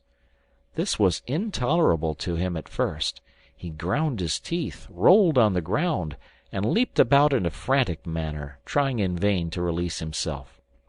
They left the pannier on his back night and day, and only allowed him to eat what he had previously put into it. After a little time he became so accustomed to it that he rebelled if they wished to remove it, and threw into it everything they gave him to hold. He was very useful to us, but he obeyed only Ernest, who had very properly taught him equally to love and fear him. Jack was not so successful with his jackal, though he gave him the name of the Hunter. Yet for the first 6 months the carnivorous animal chased only for himself, and if he brought anything to his master, it was only the skin of the animal he had just devoured. But I charged him not to despair, and he continued zealously his instructions. During this time I had perfected my candle manufacture, by means of mixing the beeswax with that obtained from the candleberry, and by using cane moulds, which Jack first suggested to me, I succeeded in giving my candles the roundness and polish of those of Europe. The wicks were for some time an obstacle. I did not wish to use the small quantity of calico we had left, but my wife happily proposed to me to substitute the pith of a species of elder, which answered my purpose completely. I now turned myself to the preparation of the caoutchouc, of which we had found several trees. I encouraged the boys to try their ingenuity in making flasks and cups, by covering moulds of clay with the gum, as I had explained to them. For my part, I took a pair of old stockings, and filled them with sand for my mould, which I covered with a coating of mud, and left to dry in the sun. I cut out a pair of soles of buffalo leather, which I first hammered well, and then fastened with small tacks to the sole of the stocking, filling up the spaces left with the gum, so as to fix it completely. Then, with a brush of goat's hair, I covered it with layer upon layer of the elastic gum, till I thought it sufficiently thick. It was easy after this to remove the sand, the stocking, and the hardened mud, to shake out the dust, and I had a pair of waterproof boots, without seam, and fitting as well as if I had employed an English shoemaker. My boys were wild with joy, and all begged for a pair, but I wished first to try their durability, compared with those of buffalo leather. I began to make a pair of boots for Fritz, using the skin drawn from the legs of the buffalo we had killed, but I had much more difficulty than with the caoutchouc. I used the gum to cover the seams, so that the water might not penetrate. They were certainly not elegant as a work of art, and the boys laughed at their brother's awkward movements in them, but their own productions, though useful vessels, were not models of perfection. We then worked at our fountain, a great source of pleasure to my wife and to all of us. We raised, in the upper part of the river, a sort of dam, made with stakes and stones, from whence the water flowed into our channels of the sago palm, laid down a gentle declivity nearly to our tent, and there it was received into the shell of the turtle, which we had raised on some stones of a convenient height, the hole which the harpoon had made serving to carry off the waste water through a cane that was fitted to it. On 2 crossed sticks were placed the gourds that served us for pails, and thus we had always the murmuring of the water near us, and a plentiful supply of it, always pure and clean, which the river, troubled by our waterfowl and the refuse of decayed leaves, could not always give us. The only inconvenience of these open channels was, that the water reached us warm and unrefreshing, but this I hoped to remedy in time, by using bamboo pipes buried in the earth. In the meantime, we were grateful for this new acquisition, and gave credit to Fritz, who had suggested the idea. End of chapter. Chapter 27. One morning, as we were engaged in giving the last finish to our staircase, we were alarmed at hearing at a distance strange, sharp, prolonged sounds, like the roars of a wild beast, but mingled with an unaccountable hissing. Our dogs erected their ears, and prepared for deadly combat. I assembled my family. We then ascended our tree, closing the lower door, loaded our guns, and looked anxiously round. But nothing appeared. I armed my dogs with their porcupine coats of mail and collars, and left them below to take care of our animals. The horrible howlings seemed to approach nearer to us. At length Fritz, who was leaning forward to listen as attentively as he could, threw down his gun, and bursting into a loud laugh, cried out, "It is our fugitive, the ass, come back to us, and singing his song of joy on his return." We listened, and were sure he was right, and could not but feel a little vexation at being put into such a fright by a donkey. Soon after, we had the pleasure of seeing him appear among the trees, and what was still better, he was accompanied by another animal of his own species, but infinitely more beautiful. I knew it at once to be the onagra, or wild ass, a most important capture if we could make it, although all naturalists have declared it impossible to tame this elegant creature, yet I determined to make the attempt. I went down with Fritz, exhorting his brothers to remain quiet, and I consulted with my privy councillor on the means of taking our prize. I also prepared, as quickly as possible, a long cord with a noose, kept open by a slight stick, which would fall out as soon as the animal's head entered, while any attempt to escape would only draw the noose closer. The end of this cord was tied to the root of a tree. I then took a piece of bamboo, about 2 feet long, and splitting it up, tied it firmly at one end, to form a pair of pincers for the nose of the animal. In the meantime, the two animals had approached nearer, our old Grizzle apparently doing the honors to his visitor, and both grazing very comfortably. By degrees we advanced softly to them, concealed by the trees, Fritz carrying the lasso, and I the pincers. The onagra, as soon as he got sight of Fritz, who was before me, raised his head and started back, evidently only in surprise, as it was probably the first man the creature had seen. Fritz remained still, and the animal resumed his browsing. Fritz went up to our old servant, and offered him a handful of oats mixed with salt. The ass came directly to eat its favourite treat. Its companion followed, raised its head, snuffed the air, and came so near that Fritz adroitly threw the noose over its head. The terrified animal attempted to fly, but that drew the cord so tight as to almost to stop his respiration, and he lay down, his tongue hanging out. I hastened up and relaxed the cord, lest he should be strangled. I threw the halter of the ass round his neck, and placed the split cane over his nose, tying it firmly below with a string. I subdued this wild animal by the means that blacksmiths use the first time they shoe a horse. I then took off the noose, and tied the halter by 2 long cords to the roots of 2 separate trees, and left him to recover himself. In the meantime, the rest of the family had collected to admire this noble animal, whose graceful and elegant form, so superior to that of the ass, raises it almost to the dignity of a horse. After a while it rose, and stamped furiously with its feet, trying to release itself, but the pain in its nose obliged it to lie down again. Then my eldest son and I, approaching gently, took the 2 cords, and led or dragged it between 2 roots very near to each other, to which we tied the cords so short that it had little power to move, and could not escape.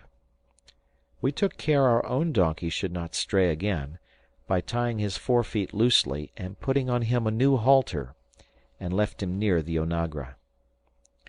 I continued, with a patience I never had in Europe, to use every means I could think of with our new guest, and at the end of a month he was so far subdued that I ventured to begin his education. This was a long and difficult task.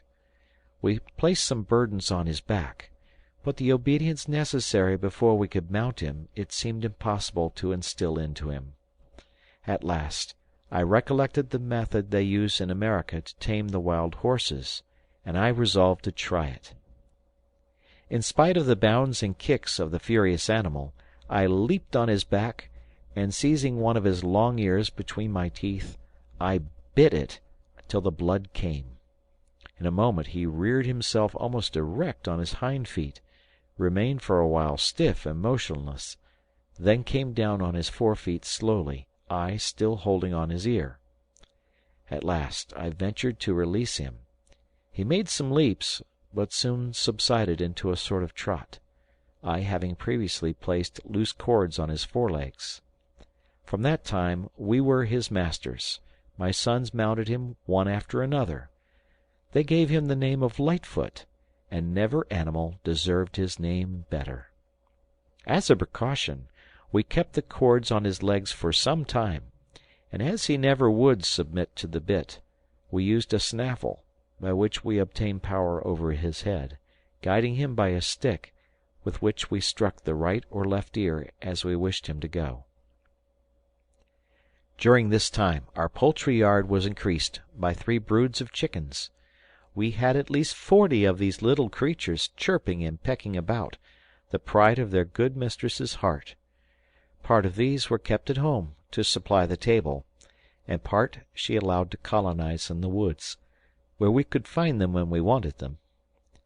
"These," she said, "are of more use than your monkeys, jackals, and eagles, who do nothing but eat, and would not be worth eating themselves, if we were in need." However, she allowed that there was some use in the buffalo, who carried burdens, and Lightfoot, who carried her sons so well. The fowls, which cost us little for food, would be always ready, she said, either to supply us with eggs or chickens when the rainy season came on, the winter of this climate. This reminded me that the approach of that dreary season permitted me no longer to defer a very necessary work for the protection of our animals. This was to construct, under the roots of the trees, covered houses for them. We began by making a kind of roof above the vaulted roots of our tree. We used bamboo canes for this purpose. The longer and stouter were used for the supports, like columns. The slighter ones, bound together closely, formed the roof. The intervals we filled up with moss and clay, and spread over the whole a coating of tar. The roof was so firm that it formed a platform, which we surrounded with a railing, and thus we had a balcony and a pleasant promenade. By the aid of some boards nailed to the roots, we made several divisions in the interior, each little enclosure being appropriated to some useful purpose, and thus stables, poultry-houses, dairy, larder, hay-house, store-room, etc., besides our dining-room, were all united under one roof. This occupied us some time, as it was necessary to fill our store-room before the bad weather came, and our cart was constantly employed in bringing useful stores. One evening, as we were bringing home a load of potatoes on our cart, drawn by the ass, the cow, and the buffalo, I saw the cart was not yet full. I therefore sent home the two younger brothers with their mother, and went on with Fritz and Ernest to the oak wood to collect a sack of sweet acorns. Fritz mounted on his onagra, Ernest followed by his monkey, and I carrying the bag. On arriving at the wood, we tied Lightfoot to a tree, and all three began to gather the dropped acorns, when we were startled by the cries of birds and a loud flapping of wings, and we concluded that a brisk combat was going on between Master Nips and the tenants of the thickets, from whence the noise came. Ernest went softly to see what was the matter, and we soon heard him calling out, "Be quick! A fine heath-fowl's nest full of eggs! Nips wants to suck them, and the mother is beating him." Fritz ran up and secured the two beautiful birds, who fluttered and cried out furiously, and returned, followed by Ernest, carrying a large nest filled with eggs. The monkey had served us well on this occasion, for the nest was so hidden by a bush with long leaves, of which Ernest had his hand full, that, but for the instinct of the animal, we could never have discovered it. Ernest was overjoyed to carry the nest and eggs for his dear mamma, and the long pointed leaves he intended for Francis, to serve as little toy swords. We set out on our return, placing the sack of acorns behind Fritz on Lightfoot. Ernest carried the two fowls, and I charged myself with the care of the eggs, which I covered up, as I found they were warm, and I hoped to get the mother to resume her brooding when we got to Falcon's Nest. We were all delighted with the good news we should have to carry home, and Fritz, anxious to be first, struck his charger with a bunch of the pointed leaves he had taken from Ernest. This terrified the animal so much that he took the bit in his teeth and flew out of sight like an arrow. We followed in some uneasiness, but found him safe. Master Lightfoot had stopped of himself when he reached his stable. My wife placed the valuable eggs under a sitting hen, the true mother refusing to fulfill her office. She was then put into the cage of the poor parrot, and hung in our dining-room, to accustom her to society. In a few days the eggs were hatched, and the poultry-yard had an increase of 15 little strangers, who fed greedily on bruised acorns, and soon became as tame as any of our fowls, though I plucked the large feathers out of their wings when they were full grown, lest their wild nature should tempt them to quit us. End of chapter. Chapter 28. Francis had soon become tired of playing with the long leaves his brother had brought him, and they were thrown aside. Fritz happened to take some of the withered leaves up, which were soft and flexible as a ribbon, and he advised Francis to make whiplashes of them, to drive the goats and sheep with, for the little fellow was the shepherd. He was pleased with the idea, and began to split the leaves into strips, which Fritz plaited together into very good whiplashes. I remarked, as they were working, how strong and pliant these strips seemed, and, examining them closely, I found they were composed of long fibres, or filaments, which made me suspect it to be Phormium tenax, or New Zealand flax, a most important discovery to us, and which, when I communicated it to my wife, almost overwhelmed her with joy. "Bring me all the leaves you can without delay," cried she, "and I will make you stockings, shirts, coats, sewing thread, cords. In fact, give me but flax and work tools, and I can manage all." I could not help smiling at the vivacity of her imagination, roused at the very name of flax. But there was still great space between the leaves lying before us and the linen she was already sewing an idea. But my boys, always ready to second the wishes of their beloved mother, soon mounted their coursers, Fritz on Lightfoot and Jack on the great buffalo, to procure supplies. Whilst we waited for these, my wife, all life and animation, explained to me all the machines I must make to enable her to spin and weave, and make linen to clothe us from head to foot. Her eyes sparkled with delight as she spoke, and I promised her all she asked. In a short time our young cavaliers returned from their foraging expedition, conveying on their steeds huge bundles of the precious plant, which they laid at the feet of their mother. She gave up everything to begin her preparation. The first operation necessary was to steep the flax, which is usually done by exposing it in the open air in the rain, the wind, and the dew, so as, in a certain degree, to dissolve the plant, rendering the separation of the fibrous and ligneous parts more easy. It can then be cleaned and picked for spinning. But as the vegetable glue that connects the two parts is very tenacious, and resists for a long time the action of moisture, it is often advisable to steep it in water, and this, in our dry climate, I considered most expedient. My wife agreed to this, and proposed that we should convey it to Flamingo Marsh, and we spent the rest of the day in tying up the leaves in bundles. Next morning we loaded our cart and proceeded to the marsh. We there untied our bundles and spread them in the water, pressing them down with stones, and leaving them till it was time to take them out to dry. We could not but admire here the ingeniousness of the flamingo. They are of a conical form, raised above the level of the marsh, having a recess above in which the eggs are deposited, out of the reach of danger, and the female can sit on them with her legs in the water. These nests are of clay, and so solid that they resist the water till the young are able to swim. In a fortnight the flax was ready to be taken out of the water. We spread it in the sun, which dried it so effectually that we brought it to Falcon's Nest the same evening, where it was stored till we were ready for further operations. At present we labored to lay up provision for the rainy season, leaving all sedentary occupations to amuse us in our confinement.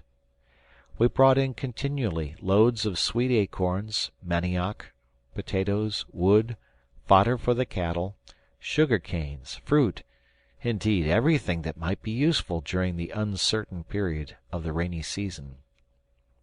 We profited by the last few days to sow the wheat and other remaining European grains, that the rain might germinate them.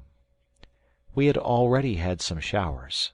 The temperature was variable, the sky became cloudy, and the wind rose. The season changed sooner than we expected. The winds raged through the woods, the sea roared, mountains of clouds were piled in the heavens. They soon burst over our heads, and torrents of rain fell night and day, without intermission. The rivers swelled till their waters met, and turned the whole country around us into an immense lake. Happily, we had formed our little establishment on a spot rather elevated above the rest of the valley. The waters did not quite reach our tree, but surrounded us about 200 yards off, leaving us on a sort of island in the midst of the general inundation. We were reluctantly obliged to descend from our abode. The rain entered it on all sides, and the hurricane threatened every moment to carry away the apartment and all that were in it. We set about our removal, bringing down our hammocks and bedding to the sheltered space under the roots of the trees that we had roofed for the animals. We were painfully crowded in the small space. The stores of provisions, the cooking utensils, and especially the neighborhood of the animals, and the various offensive smells, made our retreat almost insupportable. We were choked with smoke if we lighted a fire, and inundated with rain if we opened a door. For the first time since our misfortune, we sighed for the comforts of our native home, but action was necessary, and we set about endeavoring to amend our conditions. The winding staircase was very useful to us. The upper part was crowded with things we did not want, and my wife frequently worked in the lower part at one of the windows. We crowded our beasts a little more, and gave a current of air to the places they had left. I placed outside the enclosure the animals of the country, which could bear the inclemency of the season. Thus I gave a half liberty to the buffalo and the onagra, tying their legs loosely to prevent them straying, the boughs of the tree affording them a shelter. We made as few fires as possible, as, fortunately, it was never cold, and we had no provisions that required a long process of cookery. We had milk in abundance, smoked meat, and fish, the preserved ortolans, and cassava cakes. As we sent out some of our animals in the morning, with bells round their necks, Fritz and I had to seek them and bring them in every evening, when we were invariably wet through. This induced my ingenious Elizabeth to make us a sort of blouse and hood out of old garments of the sailors, which we covered with coatings of the caoutchouc, and thus obtained 2 capital waterproof dresses, all that the exhausted state of our gum permitted us to make. The care of our animals occupied us a great part of the morning. Then we prepared our cassava and baked our cakes on iron plates. Though we had a glazed door to our hut, the gloominess of the weather, and the obscurity caused by the vast boughs of the tree, made night come on early. We then lighted a candle, fixed in a gourd on the table, round which we were all assembled. The good mother labored with her needle, mending the clothes. I wrote my journal, which Ernest copied, as he wrote a beautiful hand, while Fritz and Jack taught their young brother to read and write, or amused themselves with drawing the animals or plants they had been struck with. We read the lessons from the Bible in turns, and concluded the evening with devotion. We then retired to rest, content with ourselves and with our innocent and peaceful life. Our kind housekeeper often made us a little feast of a roast chicken, a pigeon, or a duck, and once in 4 or 5 days we had fresh butter made in the gourd churn, and the delicious honey which we ate on our cassava bread might have been a treat to European epicures. The remains of our repast was always divided amongst our domestic animals. We had 4 dogs, the jackal, the eagle, and the monkey, who relied on their masters, and were never neglected. But if the buffalo, the onagra, and the sow had not been able to provide for themselves, we must have killed them, for we had no food for them. We now decided that we would not expose ourselves to another rainy season in such an unsuitable habitation. Even my gentle Elizabeth got out of temper with the inconveniences, and begged we would build a better winter house, stipulating, however, that we should return to our tree in summer. We consulted a great deal on this matter. Fritz quoted Robinson Crusoe, who had cut a dwelling out of the rock, which sheltered him in the inclement season, and the idea of making our home at Tent House naturally came into my mind. It would probably be a long and difficult undertaking, but with time, patience, and perseverance, we might work wonders.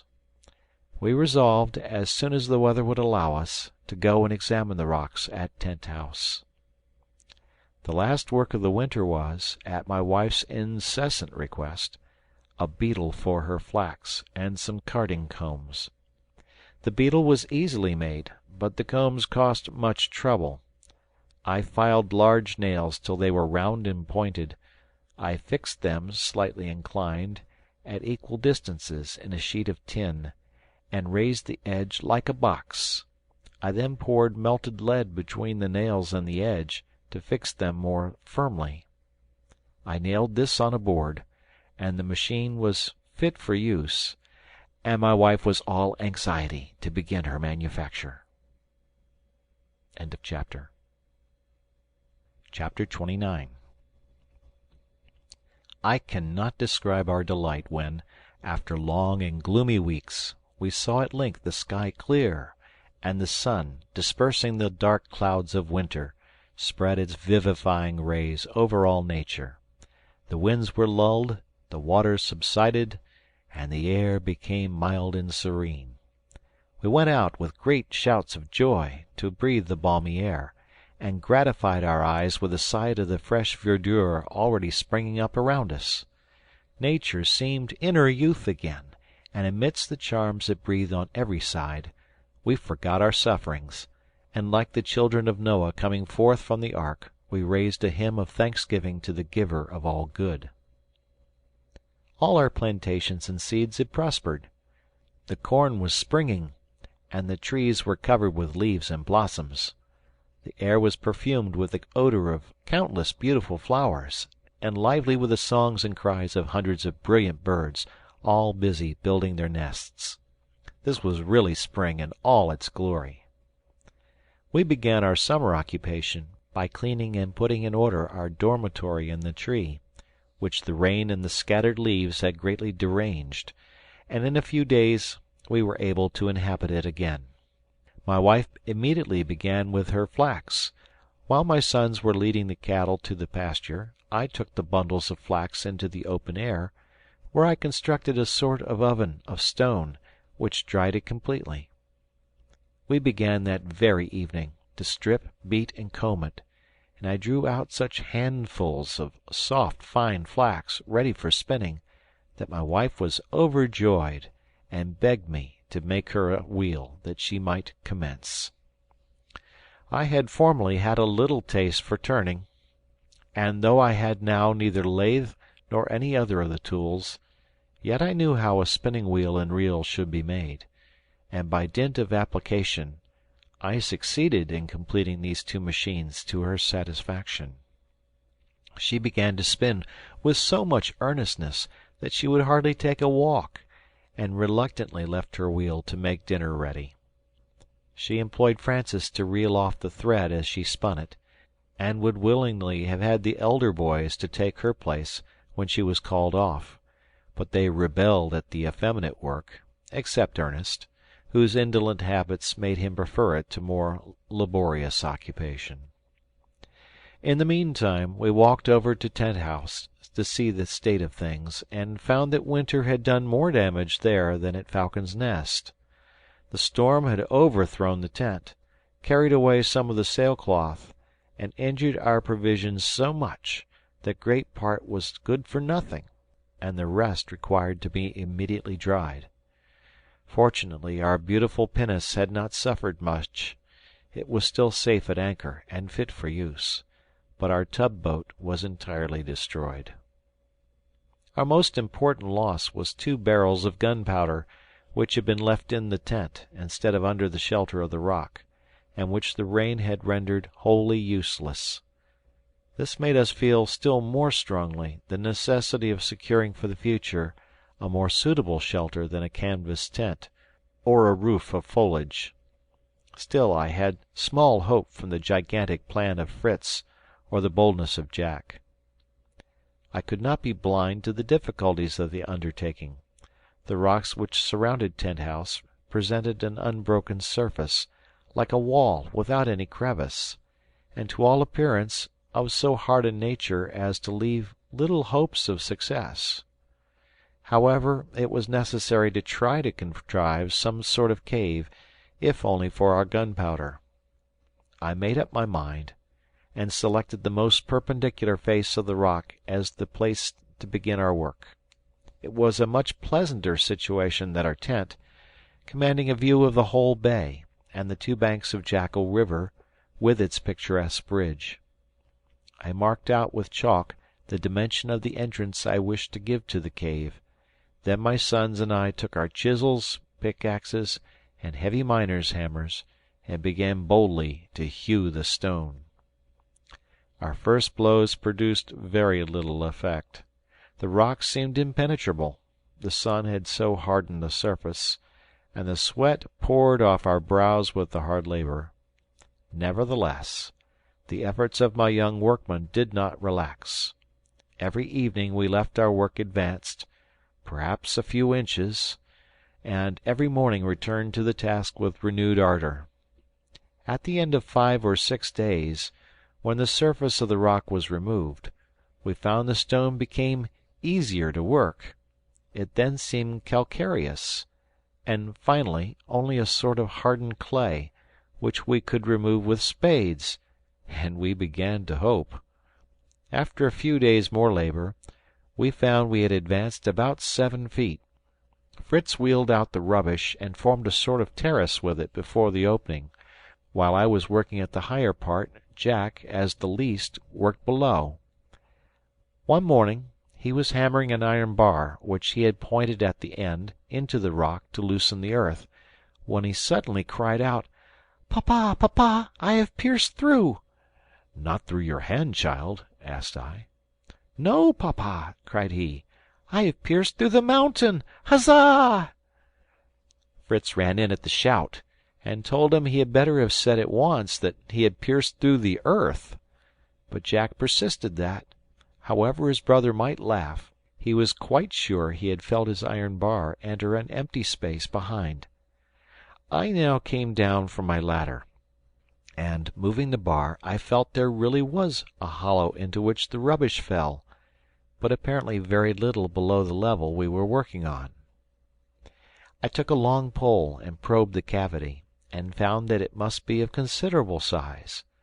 My boys wished to have the opening enlarged and to enter immediately, but this I strictly forbade, for as I leaned forward to examine it through the opening, a rush of mephitic air gave me a sort of vertigo. "Come away, children!" cried I, in terror. "The air you would breathe there is certain death."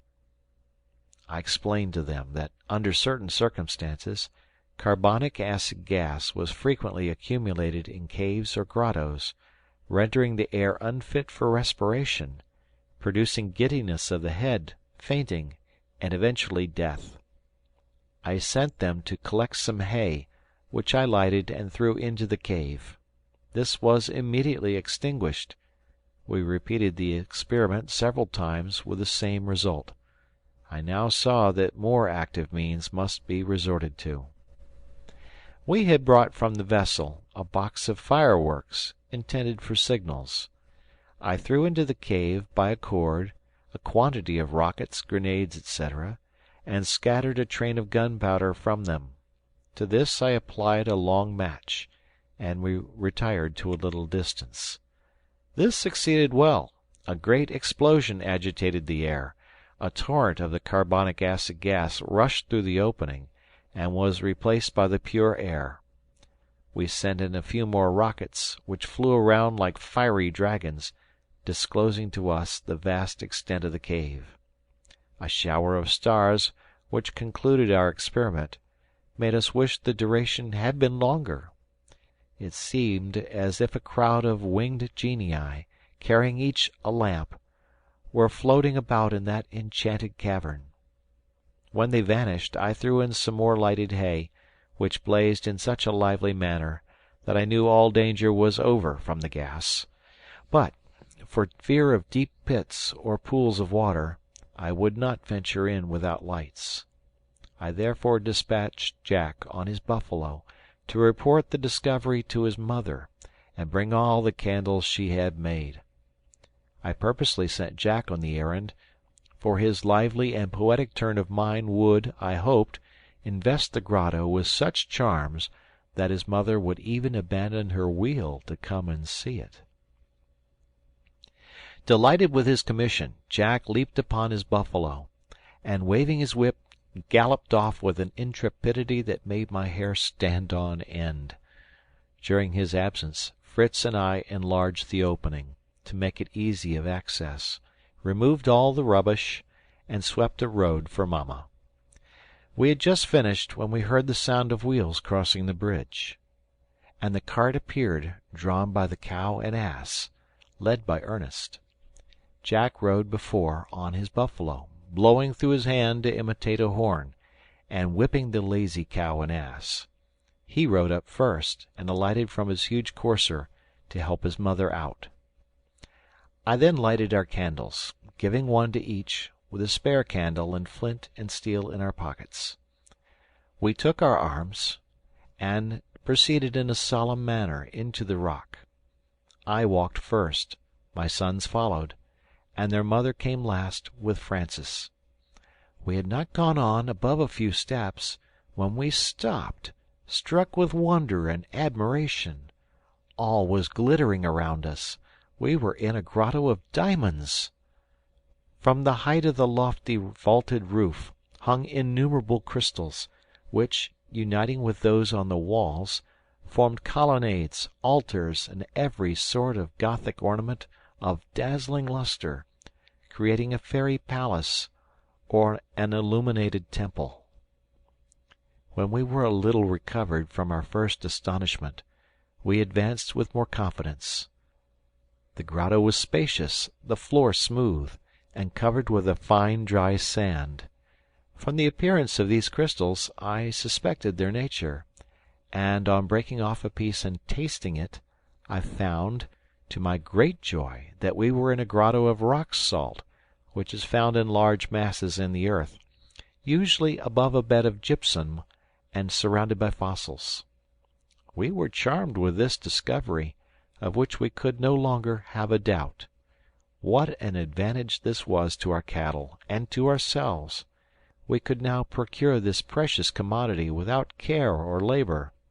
The acquisition was almost as valuable as this brilliant retreat was in itself, of which we were never tired of admiring the beauty. My wife was struck with our good fortune in opening the rock precisely at the right spot, but I was of opinion that this mine was of great extent, and that we could not well have missed it. Some blocks of salt were scattered on the ground, which had apparently fallen from the vaulted roof. I was alarmed, for such an accident might destroy one of my children, but, on examination, I found the mass above too solid to be detached spontaneously, and I concluded that the explosion of the fireworks had given this shock to the subterranean palace, which had not been entered since the creation of the world. I feared there might yet be pieces loosened. I therefore sent out my wife and younger sons. Fritz and I remained, and after carefully examining the suspected parts, we fired our guns and watched the effect. One or two pieces fell, but the rest remained firm, though we struck with long poles as high as we could reach. We were now satisfied of the security of our magnificent abode, and began to plan our arrangements for converting it into a convenient and pleasant habitation. The majority were for coming here immediately, but the wiser heads determined that, for this year, Falcon's Nest was to continue our home. There we went every night, and spent the day at Tent House, contriving and arranging our future winter dwelling. End of chapter. Chapter 30. The last bed of rock, before we reached the cave which Jack had pierced, was so soft and easy to work that we had little difficulty in proportioning and opening the place for our door. I hoped that, being now exposed to the heat of the sun, it would soon become as hard as the original surface. The door was that we had used for the staircase at Falcon's Nest, for as we only intended to make a temporary residence of our old tree, there was no necessity for solid fittings, and besides, I intended to close the entrance of the tree by a door of bark, more effectually to conceal it, in case savages should visit us. I then laid out the extent of the grotto at pleasure, for we had ample space. We began by dividing it into two parts. That on the right of the entrance was to be our dwelling. On the left were, first, our kitchen, then the workshop and the stables. Behind these were the storerooms and the cellar. In order to give light and air to our apartments, it was necessary to insert in the rock the windows we had brought from the ship, and this cost us many days of labor.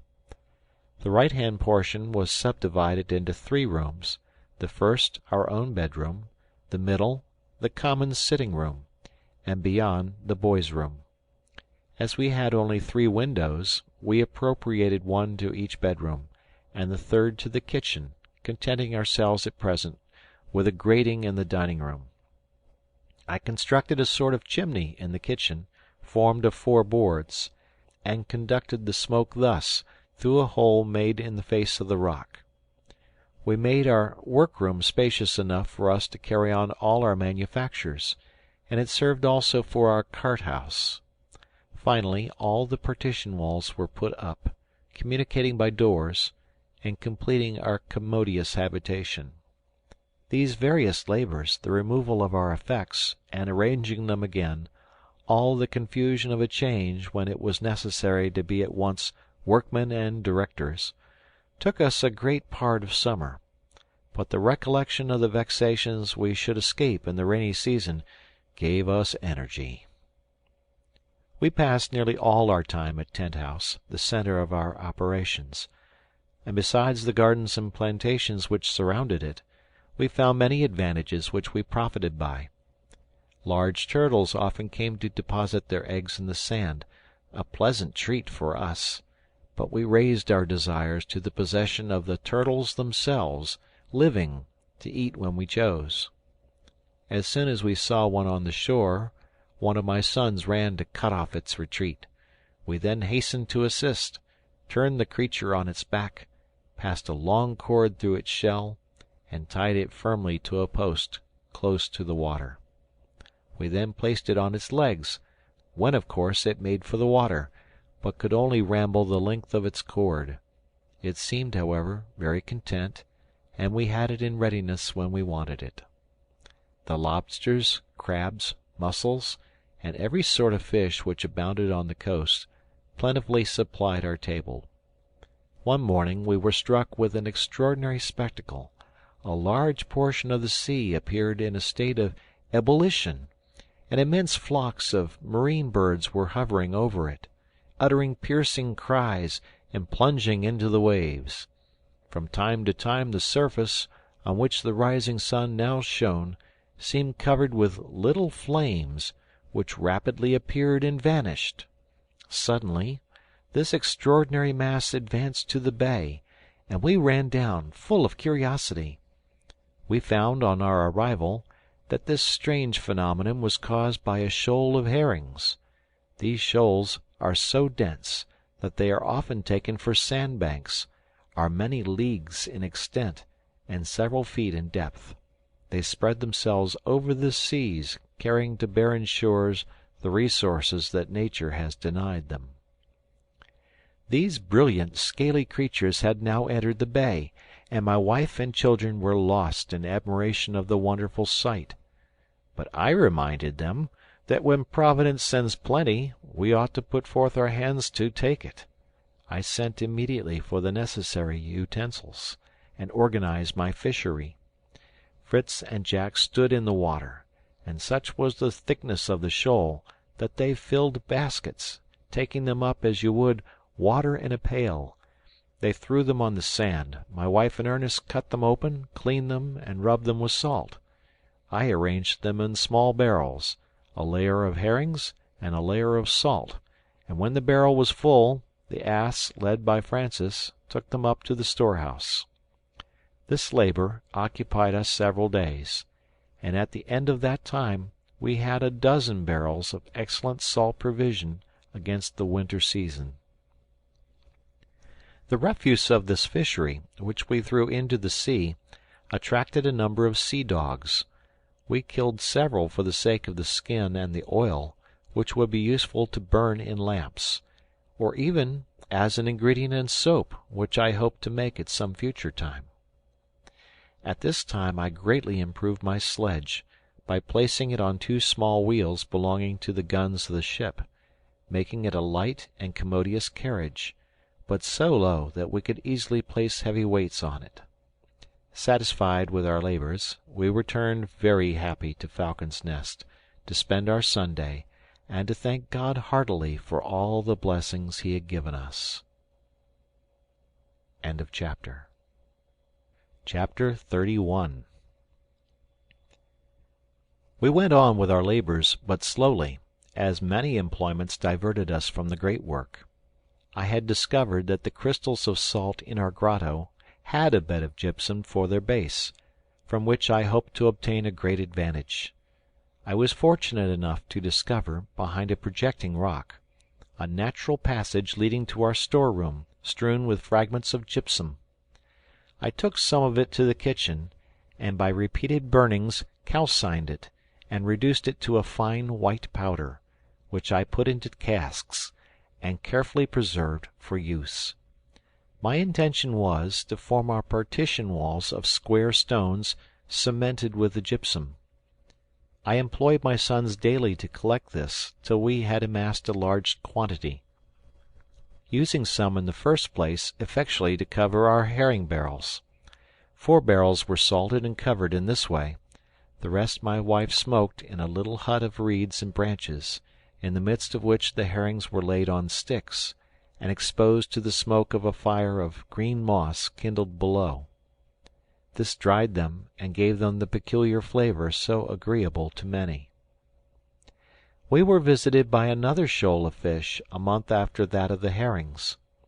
Jack first discovered them at the mouth of Jackal River, where they had apparently come to deposit their eggs among the scattered stones. They were so large that he was sure they must be whales. I found them to be pretty large sturgeons, besides salmon, large trout, and many other fishes. Jack immediately ran for his bow and arrows, and told me he would kill them all. He fastened the end of a ball of string to an arrow, with a hook at the end of it. He tied the bladders of the dogfish at certain distances to the string. He then placed the ball safe on the shore, took his bow, fixed the arrow in it, and aiming at the largest salmon, shot it in the side. The fish tried to escape. I assisted him to draw the cord, and it was no easy task, for he struggled tremendously, but at length, weakened by loss of blood, we drew him to land and dispatched him. The other boys came running up to congratulate the young fisherman on his invention, and as it was to be feared that the rest, alarmed by this attack, might take their departure, we determined to abandon everything for the fishery. Fritz threw his harpoon, and landed, by means of the reel, some large salmon. Ernest took his rod and caught trout, and I, armed like Neptune with an iron trident, succeeded in striking amongst the stones some enormous fish. The greatest difficulty was to land our booty. Fritz had struck a sturgeon at least 8 feet long, which resisted our united efforts till my wife brought the buffalo, which we harnessed to the line and made ourselves masters of this immense prize. We had a great deal of labor in opening and cleaning all our fish. Some we dried and salted, some my wife boiled in oil, as they preserve the tunny. The spawn of the sturgeon, a huge mass, weighing not less than 30 pounds, I laid aside to prepare as caviare, a favorite dish in Holland and Russia. I carefully cleansed the eggs from the skin and fibers that were mixed with them, washed them thoroughly in sea water, slightly sprinkled them with salt, then put them in a gourd pierced with small holes to let the water escape, and placed weights on them to press them completely for 24 hours. We then removed the caviar in solid masses, like cheeses, took it to the smoking hut to dry, and in a few days had this large addition to our winter provision. My next employment was the preparation of the valuable isinglass. I took the air bladder and sounds of the fish, cut them in strips, twisted them in rolls, and dried them in the sun. This is all that is necessary to prepare this excellent glue. It becomes very hard, and when wanted for use, is cut up in small pieces and dissolved over a slow fire. The glue was so white and transparent that I hoped to make window panes from it instead of glass. After this work was finished, we began to plan a boat to replace our tub raft. I wished to try to make one of bark, as the savage nations do, and I proposed to make an expedition in search of a tree for our purpose. All those in our own neighborhood were too precious to destroy, some for their fruits, others for their shade. We resolved to search at a distance for trees fit for our purpose, taking in our road a survey of our plantations and fields. Our garden at Tent House produced abundantly continual successions of vegetables in that virgin soil, and in a climate which recognized no change of season. The peas, beans, lentils, and lettuces were flourishing, and only required water, and our channels from the river brought this plentifully to us.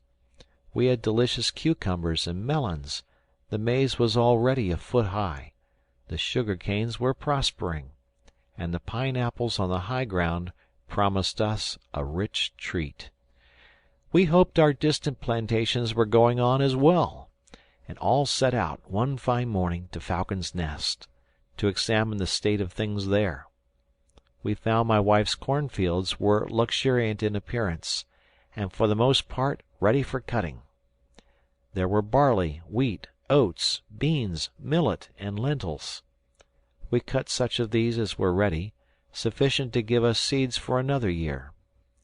The richest crop was the maize, which suited the soil, but there were a quantity of gatherers more eager to taste these new productions than we were. There were birds of every kind, from the bustard to the quail, and from the various establishments they had formed round, it might be presumed they would not leave much for us. After our first shock at the sight of these robbers, we used some measures to lessen the number of them. Fritz unhooded his eagle, and pointed out the dispersing bustards. The well-trained bird immediately soared, and pounced on a superb bustard, and laid it at the feet of its master. The jackal, too, who was a capital pointer, brought to his master about a dozen little fat quails, which furnished us with an excellent repast, to which my wife added a liquor of her own invention, made of the green maize, crushed in water, and mingled with the juice of the sugar cane, a most agreeable beverage, white as milk, sweet and refreshing. We found the bustard which the eagle had struck down, but slightly wounded. We washed his hurts with a balsam made of wine, butter, and water, and tied him by the leg in the poultry yard as a companion to our tame bustard. We passed the remainder of the day at Falcon's Nest, putting our summer abode into order, and thrashing out our grain, to save the precious seed for another year. The turkey wheat was laid by in sheaves, till we should have time to thrash and winnow it, and then I told Fritz that it would be necessary to put the hand mill in order that we had brought from the wreck. Fritz thought we could build a mill ourselves on the river, but this bold scheme was, at present, impracticable. The next day we set out on an excursion in the neighborhood. My wife wished to establish colonies of our animals at some distance from Falcon's Nest, at a convenient spot, where they would be secure and might find subsistence. We selected from her poultry yard 12 young fowls. I took 4 young pigs, 2 couple of sheep, and 2 goats. These animals were placed in the cart, in which we had previously placed our provisions of every kind, and the tools and utensils we might need, not forgetting the rope ladder and the portable tent.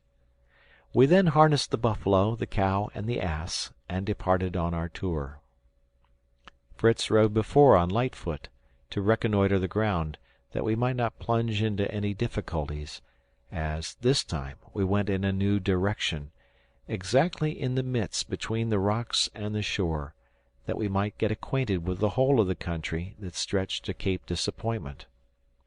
We had the usual difficulty, at first, in getting through the high grass, and the underwood embarrassed our road, till we were compelled to use the axe frequently. I made some trifling discoveries that were useful while engaged in this labor. Amongst others, some roots of trees curved like saddles, and yokes for beasts of draught. I cut away several of these, and placed them on the cart. When we had nearly passed the wood, we were struck with the singular appearance of a little thicket of low bushes, apparently covered with snow. Francis clapped his hands with joy, and begged to get out of the cart that he might make some snowballs. Fritz galloped forward, and returned, bringing me a branch loaded with this beautiful white down, which, to my great joy, I recognized to be cotton. It was a discovery of inestimable value to us, and my wife began immediately to enumerate all the advantages we should derive from it, when I should have constructed for her the machines for spinning and weaving the cotton.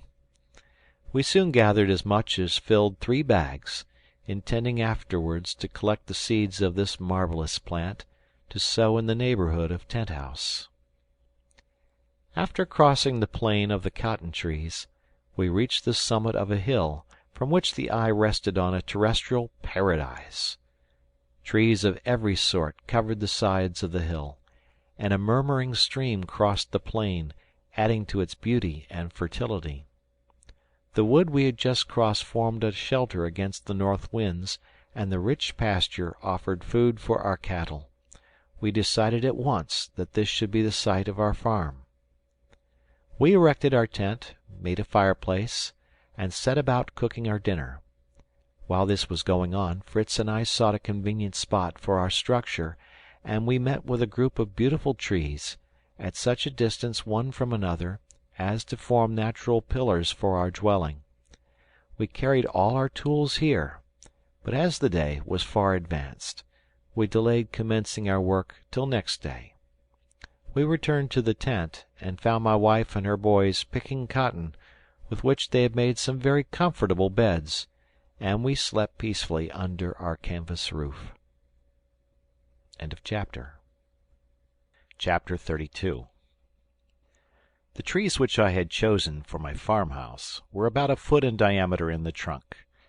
They formed a long square, the long side facing the sea. The dimensions of the whole were about 24 feet by 16. I cut deep mortices in the trees, about 10 feet distant from the ground, and again 10 feet higher, to form a second story. I then placed in them strong poles. This was the skeleton of my house, solid, if not elegant. I placed over this a rude roof of bark, cut in squares, and placed sloping, that the rain might run off.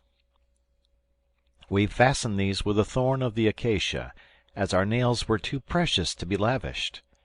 While procuring the bark, we made many discoveries.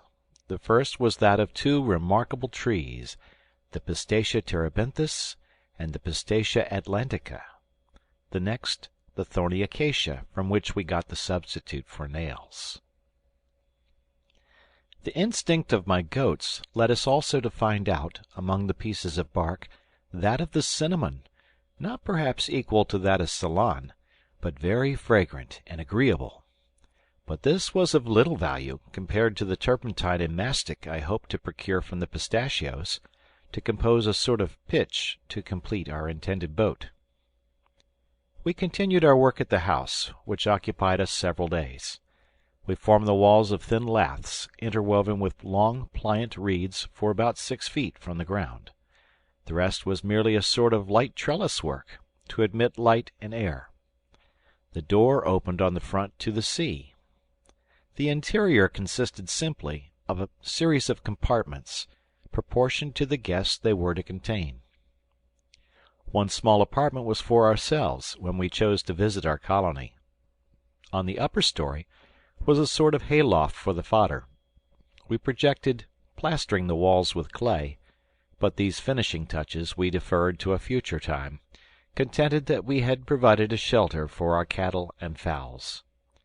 To accustom them to come to this shelter of themselves, we took care to fill their racks with the food they liked best, mingled with salt, and this we proposed to renew at intervals, till the habit of coming to their houses was fixed.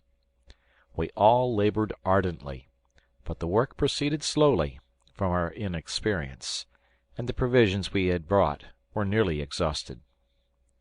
I did not wish to return to Falcon's Nest till I had completed my new establishment, and therefore determined to send Fritz and Jack to look after the animals at home, and bring back a fresh stock of provisions.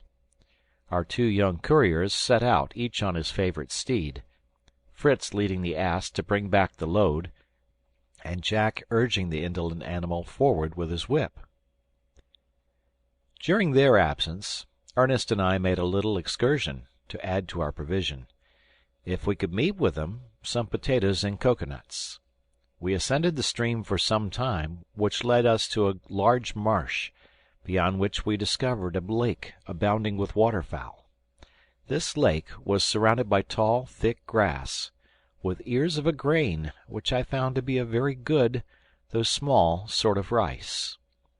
As to the lake itself, it is only a Swiss, accustomed from his infancy to look on such smooth, tranquil waters, that can comprehend the happiness we felt on looking upon this. We fancied we were once more in Switzerland, our own dear land, but the majestic trees and luxuriant vegetation soon reminded us we were no longer in Europe, and that the ocean separated us from our native home. In the meantime, Ernest had brought down several birds with a skill and success that surprised me. A little after, we saw Nips leap off the back of his usual palfrey, Flora, and making his way through the rich grass, collect and carry rapidly to his mouth something that seemed particularly to please his palate. We followed him, and to our great comfort were able to refresh ourselves with that delicious strawberry called in Europe the chili or pineapple strawberry. We ate plentifully of this fruit, which was of enormous size. Ernest especially enjoyed them, but did not forget the absent. He filled Nip's little pannier with them, and I covered them with large leaves, which I fastened down with reeds, lest he should take a fancy to help himself as we went home. I took also a specimen of rice, for the inspection of our good housekeeper, who would, I knew, rejoice in such an acquisition. We proceeded round the lake, which presented a different scene on every side. This was one of the most lovely and fertile parts we had yet seen of this country. Birds of all kinds abounded, but we were particularly struck with a pair of black swans sailing majestically on the water. Their plumage was perfectly black and glossy, except the extremity of the wings, which was white. Ernest would have tried his skill again, but I forbade him to disturb the profound tranquillity of this charming region. But Flora, who probably had not the same taste for the beauties of nature that I had, suddenly darted forward like an arrow, pounced upon a creature that was swimming quietly at the edge of the water, and brought it to us. It was a most curious animal. It resembled an otter in form, but was web-footed, had an erect bushy tail like the squirrel, small head, eyes and ears almost invisible. A long flat bill like that of a duck completed its strange appearance. We were completely puzzled. Even Ernest the naturalist could not give its name. I boldly gave it the name of the beast with the bill. I told Ernest to take it, as I wished to stuff and preserve it. "It will be," said the little philosopher, "the first natural object for our museum." "Exactly," replied I, "and when the establishment is fully arranged, we will appoint you curator." But, thinking my wife would grow uneasy at our protracted absence, we returned by a direct road to the tent. Our 2 messengers arrived about the same time, and we all sat down together to a cheerful repast. Every one related his feats. Ernest dwelt on his discoveries and was very pompous in its descriptions, and I was obliged to promise to take Fritz another time.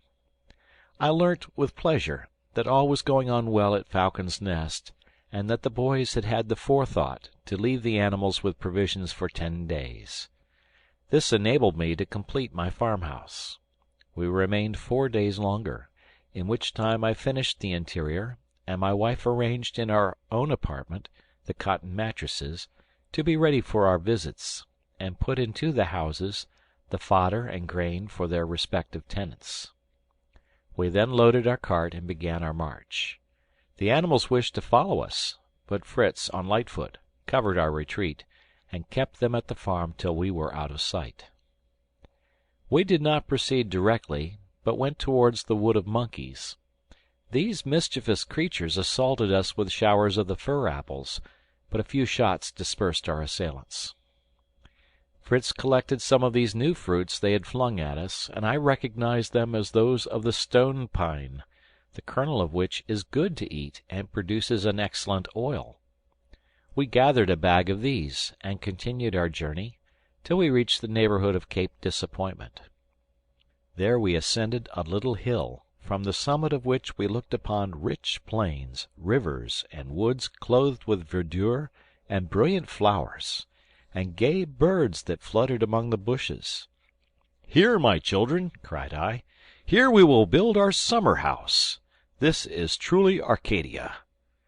Here we placed our tent, and immediately began to erect a new building, formed in the same manner as the farmhouse, but now executed more quickly.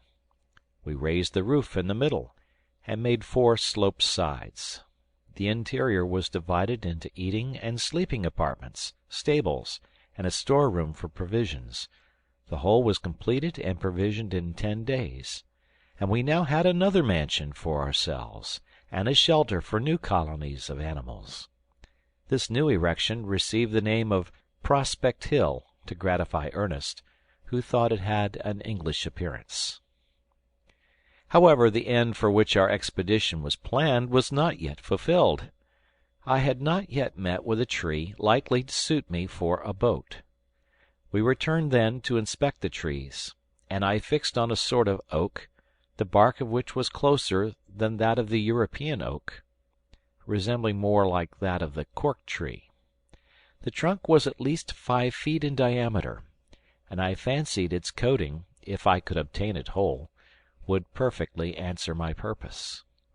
I traced a circle at the foot, and with a small saw cut the bark entirely through. Fritz, by means of the rope ladder we had brought with us, and attached to the lower branches of the tree, ascended, and cut a similar circle 18 feet above mine.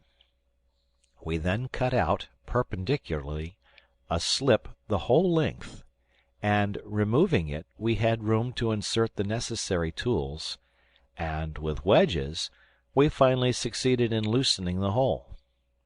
The first part was easy enough, but there was greater difficulty as we advanced. We sustained it as we proceeded with ropes, and then gently let it down on the grass. I immediately began to form my boat while the bark was fresh and flexible.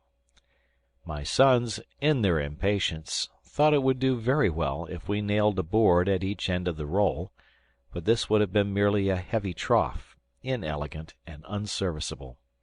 I wished to have one that would look well by the side of the pinnace, and this idea at once rendered my boys patient and obedient. We began by cutting out at each end of the roll of bark a triangular piece of about 5 feet long. Then, placing the sloping parts one over the other, I united them with pegs and strong glue, and thus finished the ends of my boat in a pointed form. This operation having widened it too much in the middle, we passed strong ropes round it, and drew it into the form we required. We then exposed it to the sun, which dried and fixed it in the proper shape. As many things were necessary to complete my work, I sent Fritz and Jack to Tent House for the sledge, to convey it there, that we might finish it more conveniently. I had the good fortune to meet with some very hard, crooked wood, the natural curve of which would be admirably suitable for supporting the sides of the boat. We found also a resinous tree, which distilled a sort of pitch, easy to manage, and which soon hardened in the sun. My wife and Francis collected sufficient of it for my work. It was almost night when our two messengers returned. We had only time to sup and retire to our rest. We were all early at work next morning. We loaded the sledge, placing on it the canoe, the wood for the sides, the pitch, and some young trees which I had transplanted for our plantation at Tent House, and which we put into the boat. But before we set out, I wished to erect a sort of fortification at the pass of the rock, for the double purpose of securing us against the attacks of wild beasts or of savages, and for keeping enclosed, in the savannah beyond the rocks, some young pigs that we wished to multiply there, out of the way of our fields and plantations. As we crossed the sugar-cane plantation, I saw some bamboos larger than any I had ever met with, and we cut down one for a mast to our canoe. We now had the river to our left, and the chain of rocks to our right, which here approached the river, leaving only a narrow pass. At the narrowest part of this we raised a rampart before a deep ditch, which could only be crossed by a drawbridge we placed there. Beyond the bridge we put a narrow gate of woven bamboos, to enable us to enter the country beyond when we wished. We planted the side of the rampart with dwarf palms, India fig, and other thorny shrubs, making a winding path through the plantation, and digging in the midst a hidden pitfall known to ourselves by 4 low posts, intended to support a plank bridge when we wished to cross it. After this was completed, we built a little chalet of bark in that part of the plantation that faced the stream, and gave it the name of the Hermitage, intending it for a resting place. After several days of hard labor, we returned to Prospect Hill and took a little relaxation.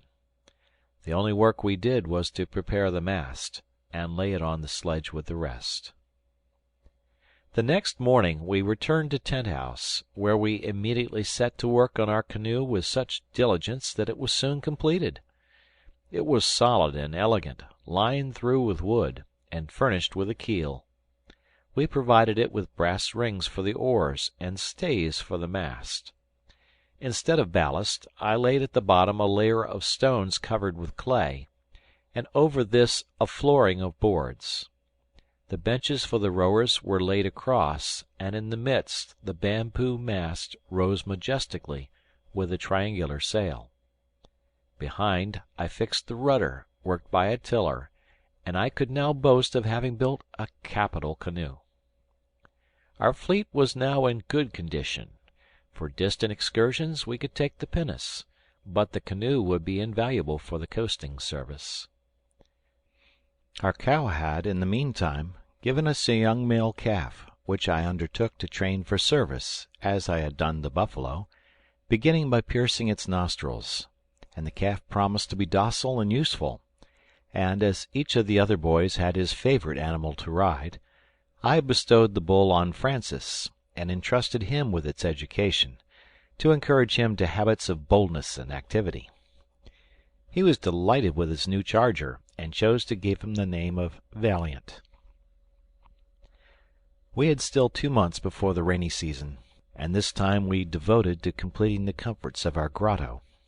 We made all the partitions of wood, except those which divided us from the stables, which we built of stone, to exclude any smell from the animals. We soon acquired skill in our works. We had a plentiful supply of beams and planks from the ship, and by practice we became very good plasterers. We covered the floors with a sort of well-beaten mud, smoothed it, and it dried perfectly hard. We then contrived a sort of felt carpet. We first covered the floor with sailcloth. We spread over this wool and goat's hair mixed, and poured over it isinglass dissolved, rolling up the carpet and beating it well. When this was dry, we repeated the process, and in the end had a felt carpet. We made one of these for each room, to guard against any damp that we might be subject to in the rainy season. The privations we had suffered the preceding winter increased the enjoyment of our present comforts. The rainy season came on. We had now a warm, well-lighted, convenient habitation, and abundance of excellent provision for ourselves and our cattle. In the morning we could attend to their wants without trouble, for the rain-water, carefully collected in clean vessels, prevented the necessity of going to the river. We then assembled in the dining-room to prayers. After that we went to our work-room. My wife took her wheel, or her loom, which was a rude construction of mine, but in which she had contrived to weave some useful cloth of wool and cotton, and also some linen, which she had made up for us. Everybody worked. The workshop was never empty. I contrived, with the wheel of a gun, to arrange a sort of lathe, by means of which I and my sons produced some neat furniture and utensils. Ernest surprised us all in this art, and made some elegant little things for his mother. After dinner, our evening occupations commenced. Our room was lighted up brilliantly. We did not spare our candles, which were so easily procured, and we enjoyed the reflection in the elegant crystals above us. We had partitioned off a little chapel in one corner of the grotto, which we had left untouched, and nothing could be more magnificent than this chapel lighted up, with its colonnades, portico, and altars. We had divine service here every Sunday. I had erected a sort of pulpit, from which I delivered a short sermon to my congregation, which I endeavored to render as simple and as instructive as possible. Jack and Francis had a natural taste for music. I made them flageolets of reeds, on which they acquired considerable skill. They accompanied their mother, who had a very good voice, and this music in our lofty grotto had a charming effect. We thus made great steps towards civilization, and though condemned, perhaps, to pass our lives alone on this unknown shore, we might yet be happy. We were placed in the midst of abundance. We were active, industrious, and content, blessed with health, and united by affection. Our minds seemed to enlarge and improve every day. We saw around us on every side traces of the divine wisdom and beneficence, and our hearts overflowed with love and veneration for that almighty hand which had so miraculously saved and continued to protect us. I humbly trusted in him either to restore us to the world, or send some beings to join us in this beloved island, where for 2 years we had seen no trace of man. To him we committed our fate. We were happy and tranquil, looking with resignation to the future. End of the first part of the journal. Postscript by the editor. It is necessary to explain how this first part of the journal of the Swiss pastor came into my hands. 3 or 4 years after the family had been cast on this desert coast, where, as we see, they lived a happy and contented life, an English transport was driven by a storm upon the same shore. This vessel was the Adventurer, Captain Johnson, and was returning from New Zealand to the eastern coast of North America, by Otaheite, to fetch a cargo of furs for China, and then to proceed from Canton to England. A violent storm, which lasted several days, drove them out of their course. For many days they wandered in unknown seas, and the ship was so injured by the storm that the captain looked out for some port to repair it. They discovered a rocky coast, and as the violence of the wind was lulled, ventured to approach the shore. At a short distance they anchored, and sent a boat to examine the coast. Lieutenant Bell, who went with the boat, knew a little German. They were some time before they could venture to land among the rocks which guarded the island, but, turning the promontory, they saw Safety Bay, and, entering it, were astonished to see a handsome pinnace and a boat at anchor, near the strand a tent, and in the rock doors and windows, like those of a European house. They landed, and saw a middle-aged man coming to meet them, clothed in European fashion, and well armed. After a friendly salutation, they first spoke in German, and then in English. This was the good father. The family were at Falcon's Nest, where they were spending the summer. He had seen the vessel in the morning through his telescope, but, unwilling to alarm, or to encourage hopes that might be vain, he had not spoken of it, but come alone towards the coast. After much friendly conference, the party was regaled with all hospitality at Tent House. The good Swiss gave the lieutenant this first part of his journal for the perusal of Captain Johnson, and, after an hour's conversation, they separated, hoping to have a pleasant meeting next day. But heaven decreed it otherwise. During the night another fearful storm arose.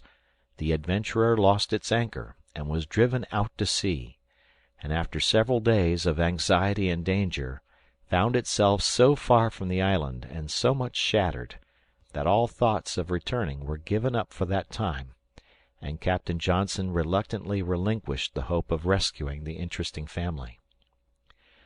Thus it happened that the first part of this journal was brought to England, and from thence sent to me, a friend of the family, in Switzerland, accompanied by a letter from the captain, declaring that he could have no rest until he found and became acquainted with this happy family, that he would search for the island in his future voyages, and either bring away the family, or, if they preferred to remain, he would send out from England some colonists, and everything that might be necessary to promote their comfort.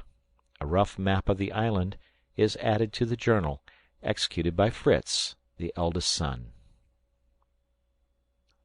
This ends chapter 32. Chapter 33. I left the reader at the moment in which I had placed the first part of my journal in the hands of Lieutenant Bell, to deliver to Captain Johnson of the English vessel, the Adventurer, expecting him to return the next day with Lieutenant Bell.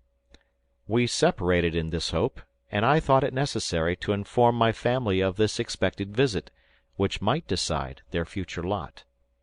My wife and elder sons might wish to seize this only occasion that might occur to revisit their native country, to quit their beloved island, which would doubtless cost them much sorrow at the last moment, but was necessary to their future comfort. I could not help feeling distressed at the prospect of my dear children's solitary old age, and I determined, if they did not wish to return with Captain Johnson, to request him to send some colonists out to people our island. It will be remembered that I had left home alone and at an early hour, having perceived the vessel from the top of our tree with my telescope. I had set out without breakfast, without giving my sons their tasks, or making any arrangements for the labors of the day. My conference with Lieutenant Bell had been long. It was now past noon, and knowing how prompt my wife was to alarm herself, I was surprised that I did not meet her, nor any of my sons. I began to be uneasy, and on my arrival I hastily mounted the tree, and found my faithful partner extended on her bed, surrounded by her 4 sons, and apparently in great pain. I demanded, with a cry of grief, what had happened. All wished to speak at once, and it was with some difficulty I learned that my dear wife, in descending the staircase, had been seized with a giddiness in her head, and had fallen down and injured herself so much that she was unable to rise without assistance. She was now enduring great pain in her right leg and in her left foot. "Ernest and I," added Fritz, "carried her without delay to her bed, though not without difficulty, for the staircase is so narrow. But she continued to get worse, and we did not know what to do." Jack said, "I have rubbed her foot continually, but it swells more and more, as well as her leg, which I dare not touch, it hurts her so much." And said Ernest, "I remember, father, that of the chest that we brought from the ship there is one unopened, which is marked medicines. May it not contain something that will relieve mamma?" "Perhaps it may, my son. You did well to remember it. We will go to Tent House for it. Fritz, you shall accompany me to assist in bringing it." I wished to be alone with Fritz, to consult him about the English vessel, and was glad of this opportunity. Before I left my wife, I intended to examine her leg and foot, which were exceedingly painful. When I was preparing to enter the church, I had studied medicine and practical surgery, in order to be able to administer to the bodily afflictions of my poor parishioners, as well as to their spiritual sorrows. I knew how to bleed, and could replace a dislocated limb. I had often made cures, but since my arrival at the island I had neglected my medical studies, which happily had not been needed. I hoped now, however, to recall as much of my knowledge as would be sufficient to cure my poor wife. I examined her foot first, which I found to be violently sprained. She begged me then to look at her leg, and what was my distress when I saw it was fractured above the ankle! However, the fracture appeared simple, without splinters, and easy to cure. I sent Fritz without delay to procure me 2 pieces of the bark of a tree, between which I placed the leg, after having, with the assistance of my son, stretched it till the 2 pieces of broken bone united. I then bound it with bandages of linen, and tied the pieces of bark round the leg, so that it might not be moved. I bound the sprained foot very tightly till I could procure the balsam which I expected to find in the chest.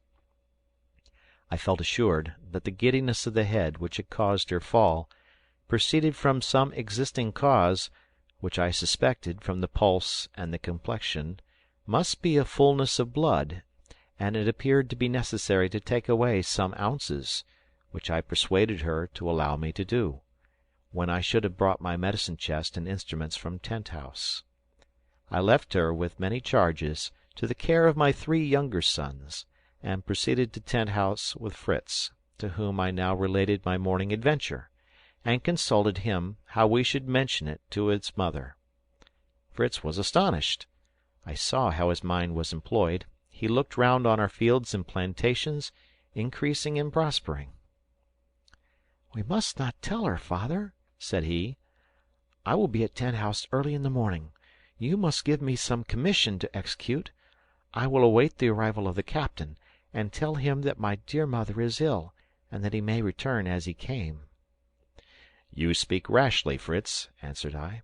"I have told you that the ship has suffered much from the storm, and needs repairs. Have you not often read the golden rule of our divine Master? Do unto others as you would have others do unto you. Our duty is to receive the captain into our island, and to assist him in repairing and refitting his vessel." "And he will find," said he, "we know something of that kind of work. Did you show him our beautiful pinnace and canoe? But can such a large vessel enter our bay of safety?" "No," replied I. "I fear there will not be sufficient water.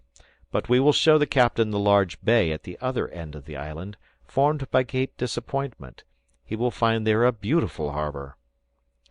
"And he and his officers may live at the farm, and we can go over every day to assist in repairing their vessel," continued Fritz.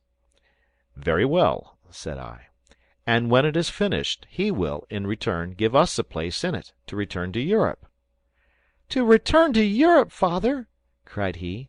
"To leave our beautiful winter dwelling, Tent-house, and our charming summer residence, Falcon's Nest, our dear good animals, our crystals of salt, our farms, so much that is our own and which nobody covets. To return into Europe to poverty, to war, to those wicked soldiers who have banished us. We want nothing. Dear father, can you consent to leave our beloved island?" "You are right, my dear son," said I. "Would to God we might always remain here happily together! But we are of different ages, and by the law of nature we must one day be separated. Consider, my dear son, if you should survive your brothers, how cheerless it would be to live quite alone on this desert island, without any one to close your eyes. But let us look at these trees. I see they are tamarind trees. Their fruit contains a pulp which is very useful in medicine, and which will suit your mother, I think, as well as the juice of the orange or lemon. We shall find some of the latter at our plantation near Tent-house. But in the meantime, do you climb the tamarind tree and gather some of those pods which resemble those of beans. Fill one side of the bag with them, and the other we will reserve for the oranges and lemons. Not to lose any time, I will go on to Tent-house to seek for the 2 chests, and you can follow me." Fritz was up the tamarind tree in a moment. I crossed Family Bridge, and soon reached the grotto. I lighted a candle which I always kept ready, entered the magazine, and found the 2 chests labelled. They were neither large nor heavy, and having tied cords round them for the convenience of carrying them, I proceeded to visit the orange and lemon trees, where I found the fruit sufficiently ripe for lemonade. Fritz came to meet me, with a good supply of tamarinds. We filled the other end of his sack with oranges and lemons. He threw it over his shoulder, and, neither of us being overloaded, we pursued our way homewards very quickly, notwithstanding the heat, which was excessively oppressive, though the sun was hidden under the thick clouds, which entirely concealed the sea from us. Nothing was to be seen but the waves breaking against the rocks. Fritz expressed his fears that a storm was coming on, which might prove fatal to the vessel, and wished to take out the pinnace and endeavour to assist Captain Johnson. Delighted as I felt with his fearless humanity, I could not consent. I reminded him of the situation of his mother. "Forgive me, dear father," said he. "I had forgotten everything but the poor vessel. But the captain may do as we did, leave his ship between the rocks, and come with all in the vessel to establish themselves here. We will give them up a corner of our islands, and if there should be any ladies amongst them, how pleasant it would be for mamma to have a friend." The rain fell now in torrents, and we proceeded with great difficulty. After crossing the bridge, we saw at a distance a very extraordinary figure approaching us. We could not ascertain what species of animal it was. It appeared taller than any of the monkeys we had seen, and much larger, of a black or brown colour. We could not distinguish the head, but it seemed to have 2 thick and movable horns before it. We had fortunately taken no gun with us, or Fritz would certainly have fired at the singular animal. But as it rapidly approached us, we soon recognized the step, and the cry of pleasure which hailed us. "It is Jack!" we exclaimed, and in fact it was he, who was hurrying to meet us with my large cloak and waterproof caoutchouc boots. I had neglected to take them, and my dear little fellow had volunteered to bring them to Tent-House. To protect himself on the way, he had put the cloak on, covering his head with a hood, and my boots being too large for him, he had put one on each arm, which he held up to secure the hood. Conceive what a singular figure he made. Notwithstanding our uneasiness and our wretched condition, for we were wet to the skin, we could not but laugh heartily at him. I would not consent to use the coverings he had brought. Neither Fritz nor I could be worse for the distance we had to go, and Jack was younger and more delicate. I obliged him, therefore, to retain his curious protection, and asked how he had left his mother. "Very uneasy," said he, "about you, else I think she must be much better, for her cheeks are very red, and her eyes very bright, and she talks incessantly. She would have come herself to seek you, but could not rise, and when I told her I would come, she bid me be very quick, and when I was coming downstairs, I heard her call me back for fear of the rain and the thunder. I would not hear her, but ran as fast as I could, hoping to reach Tent-House. Why did you come back so soon?" "To spare you half your journey, my brave little man," said I, hastening on, for Jack's account of his mother made me uneasy. I perceived she must be labouring under fever, and the blood ascending to her head. My children followed me, and we soon reached the foot of our castle in the air. End of chapter.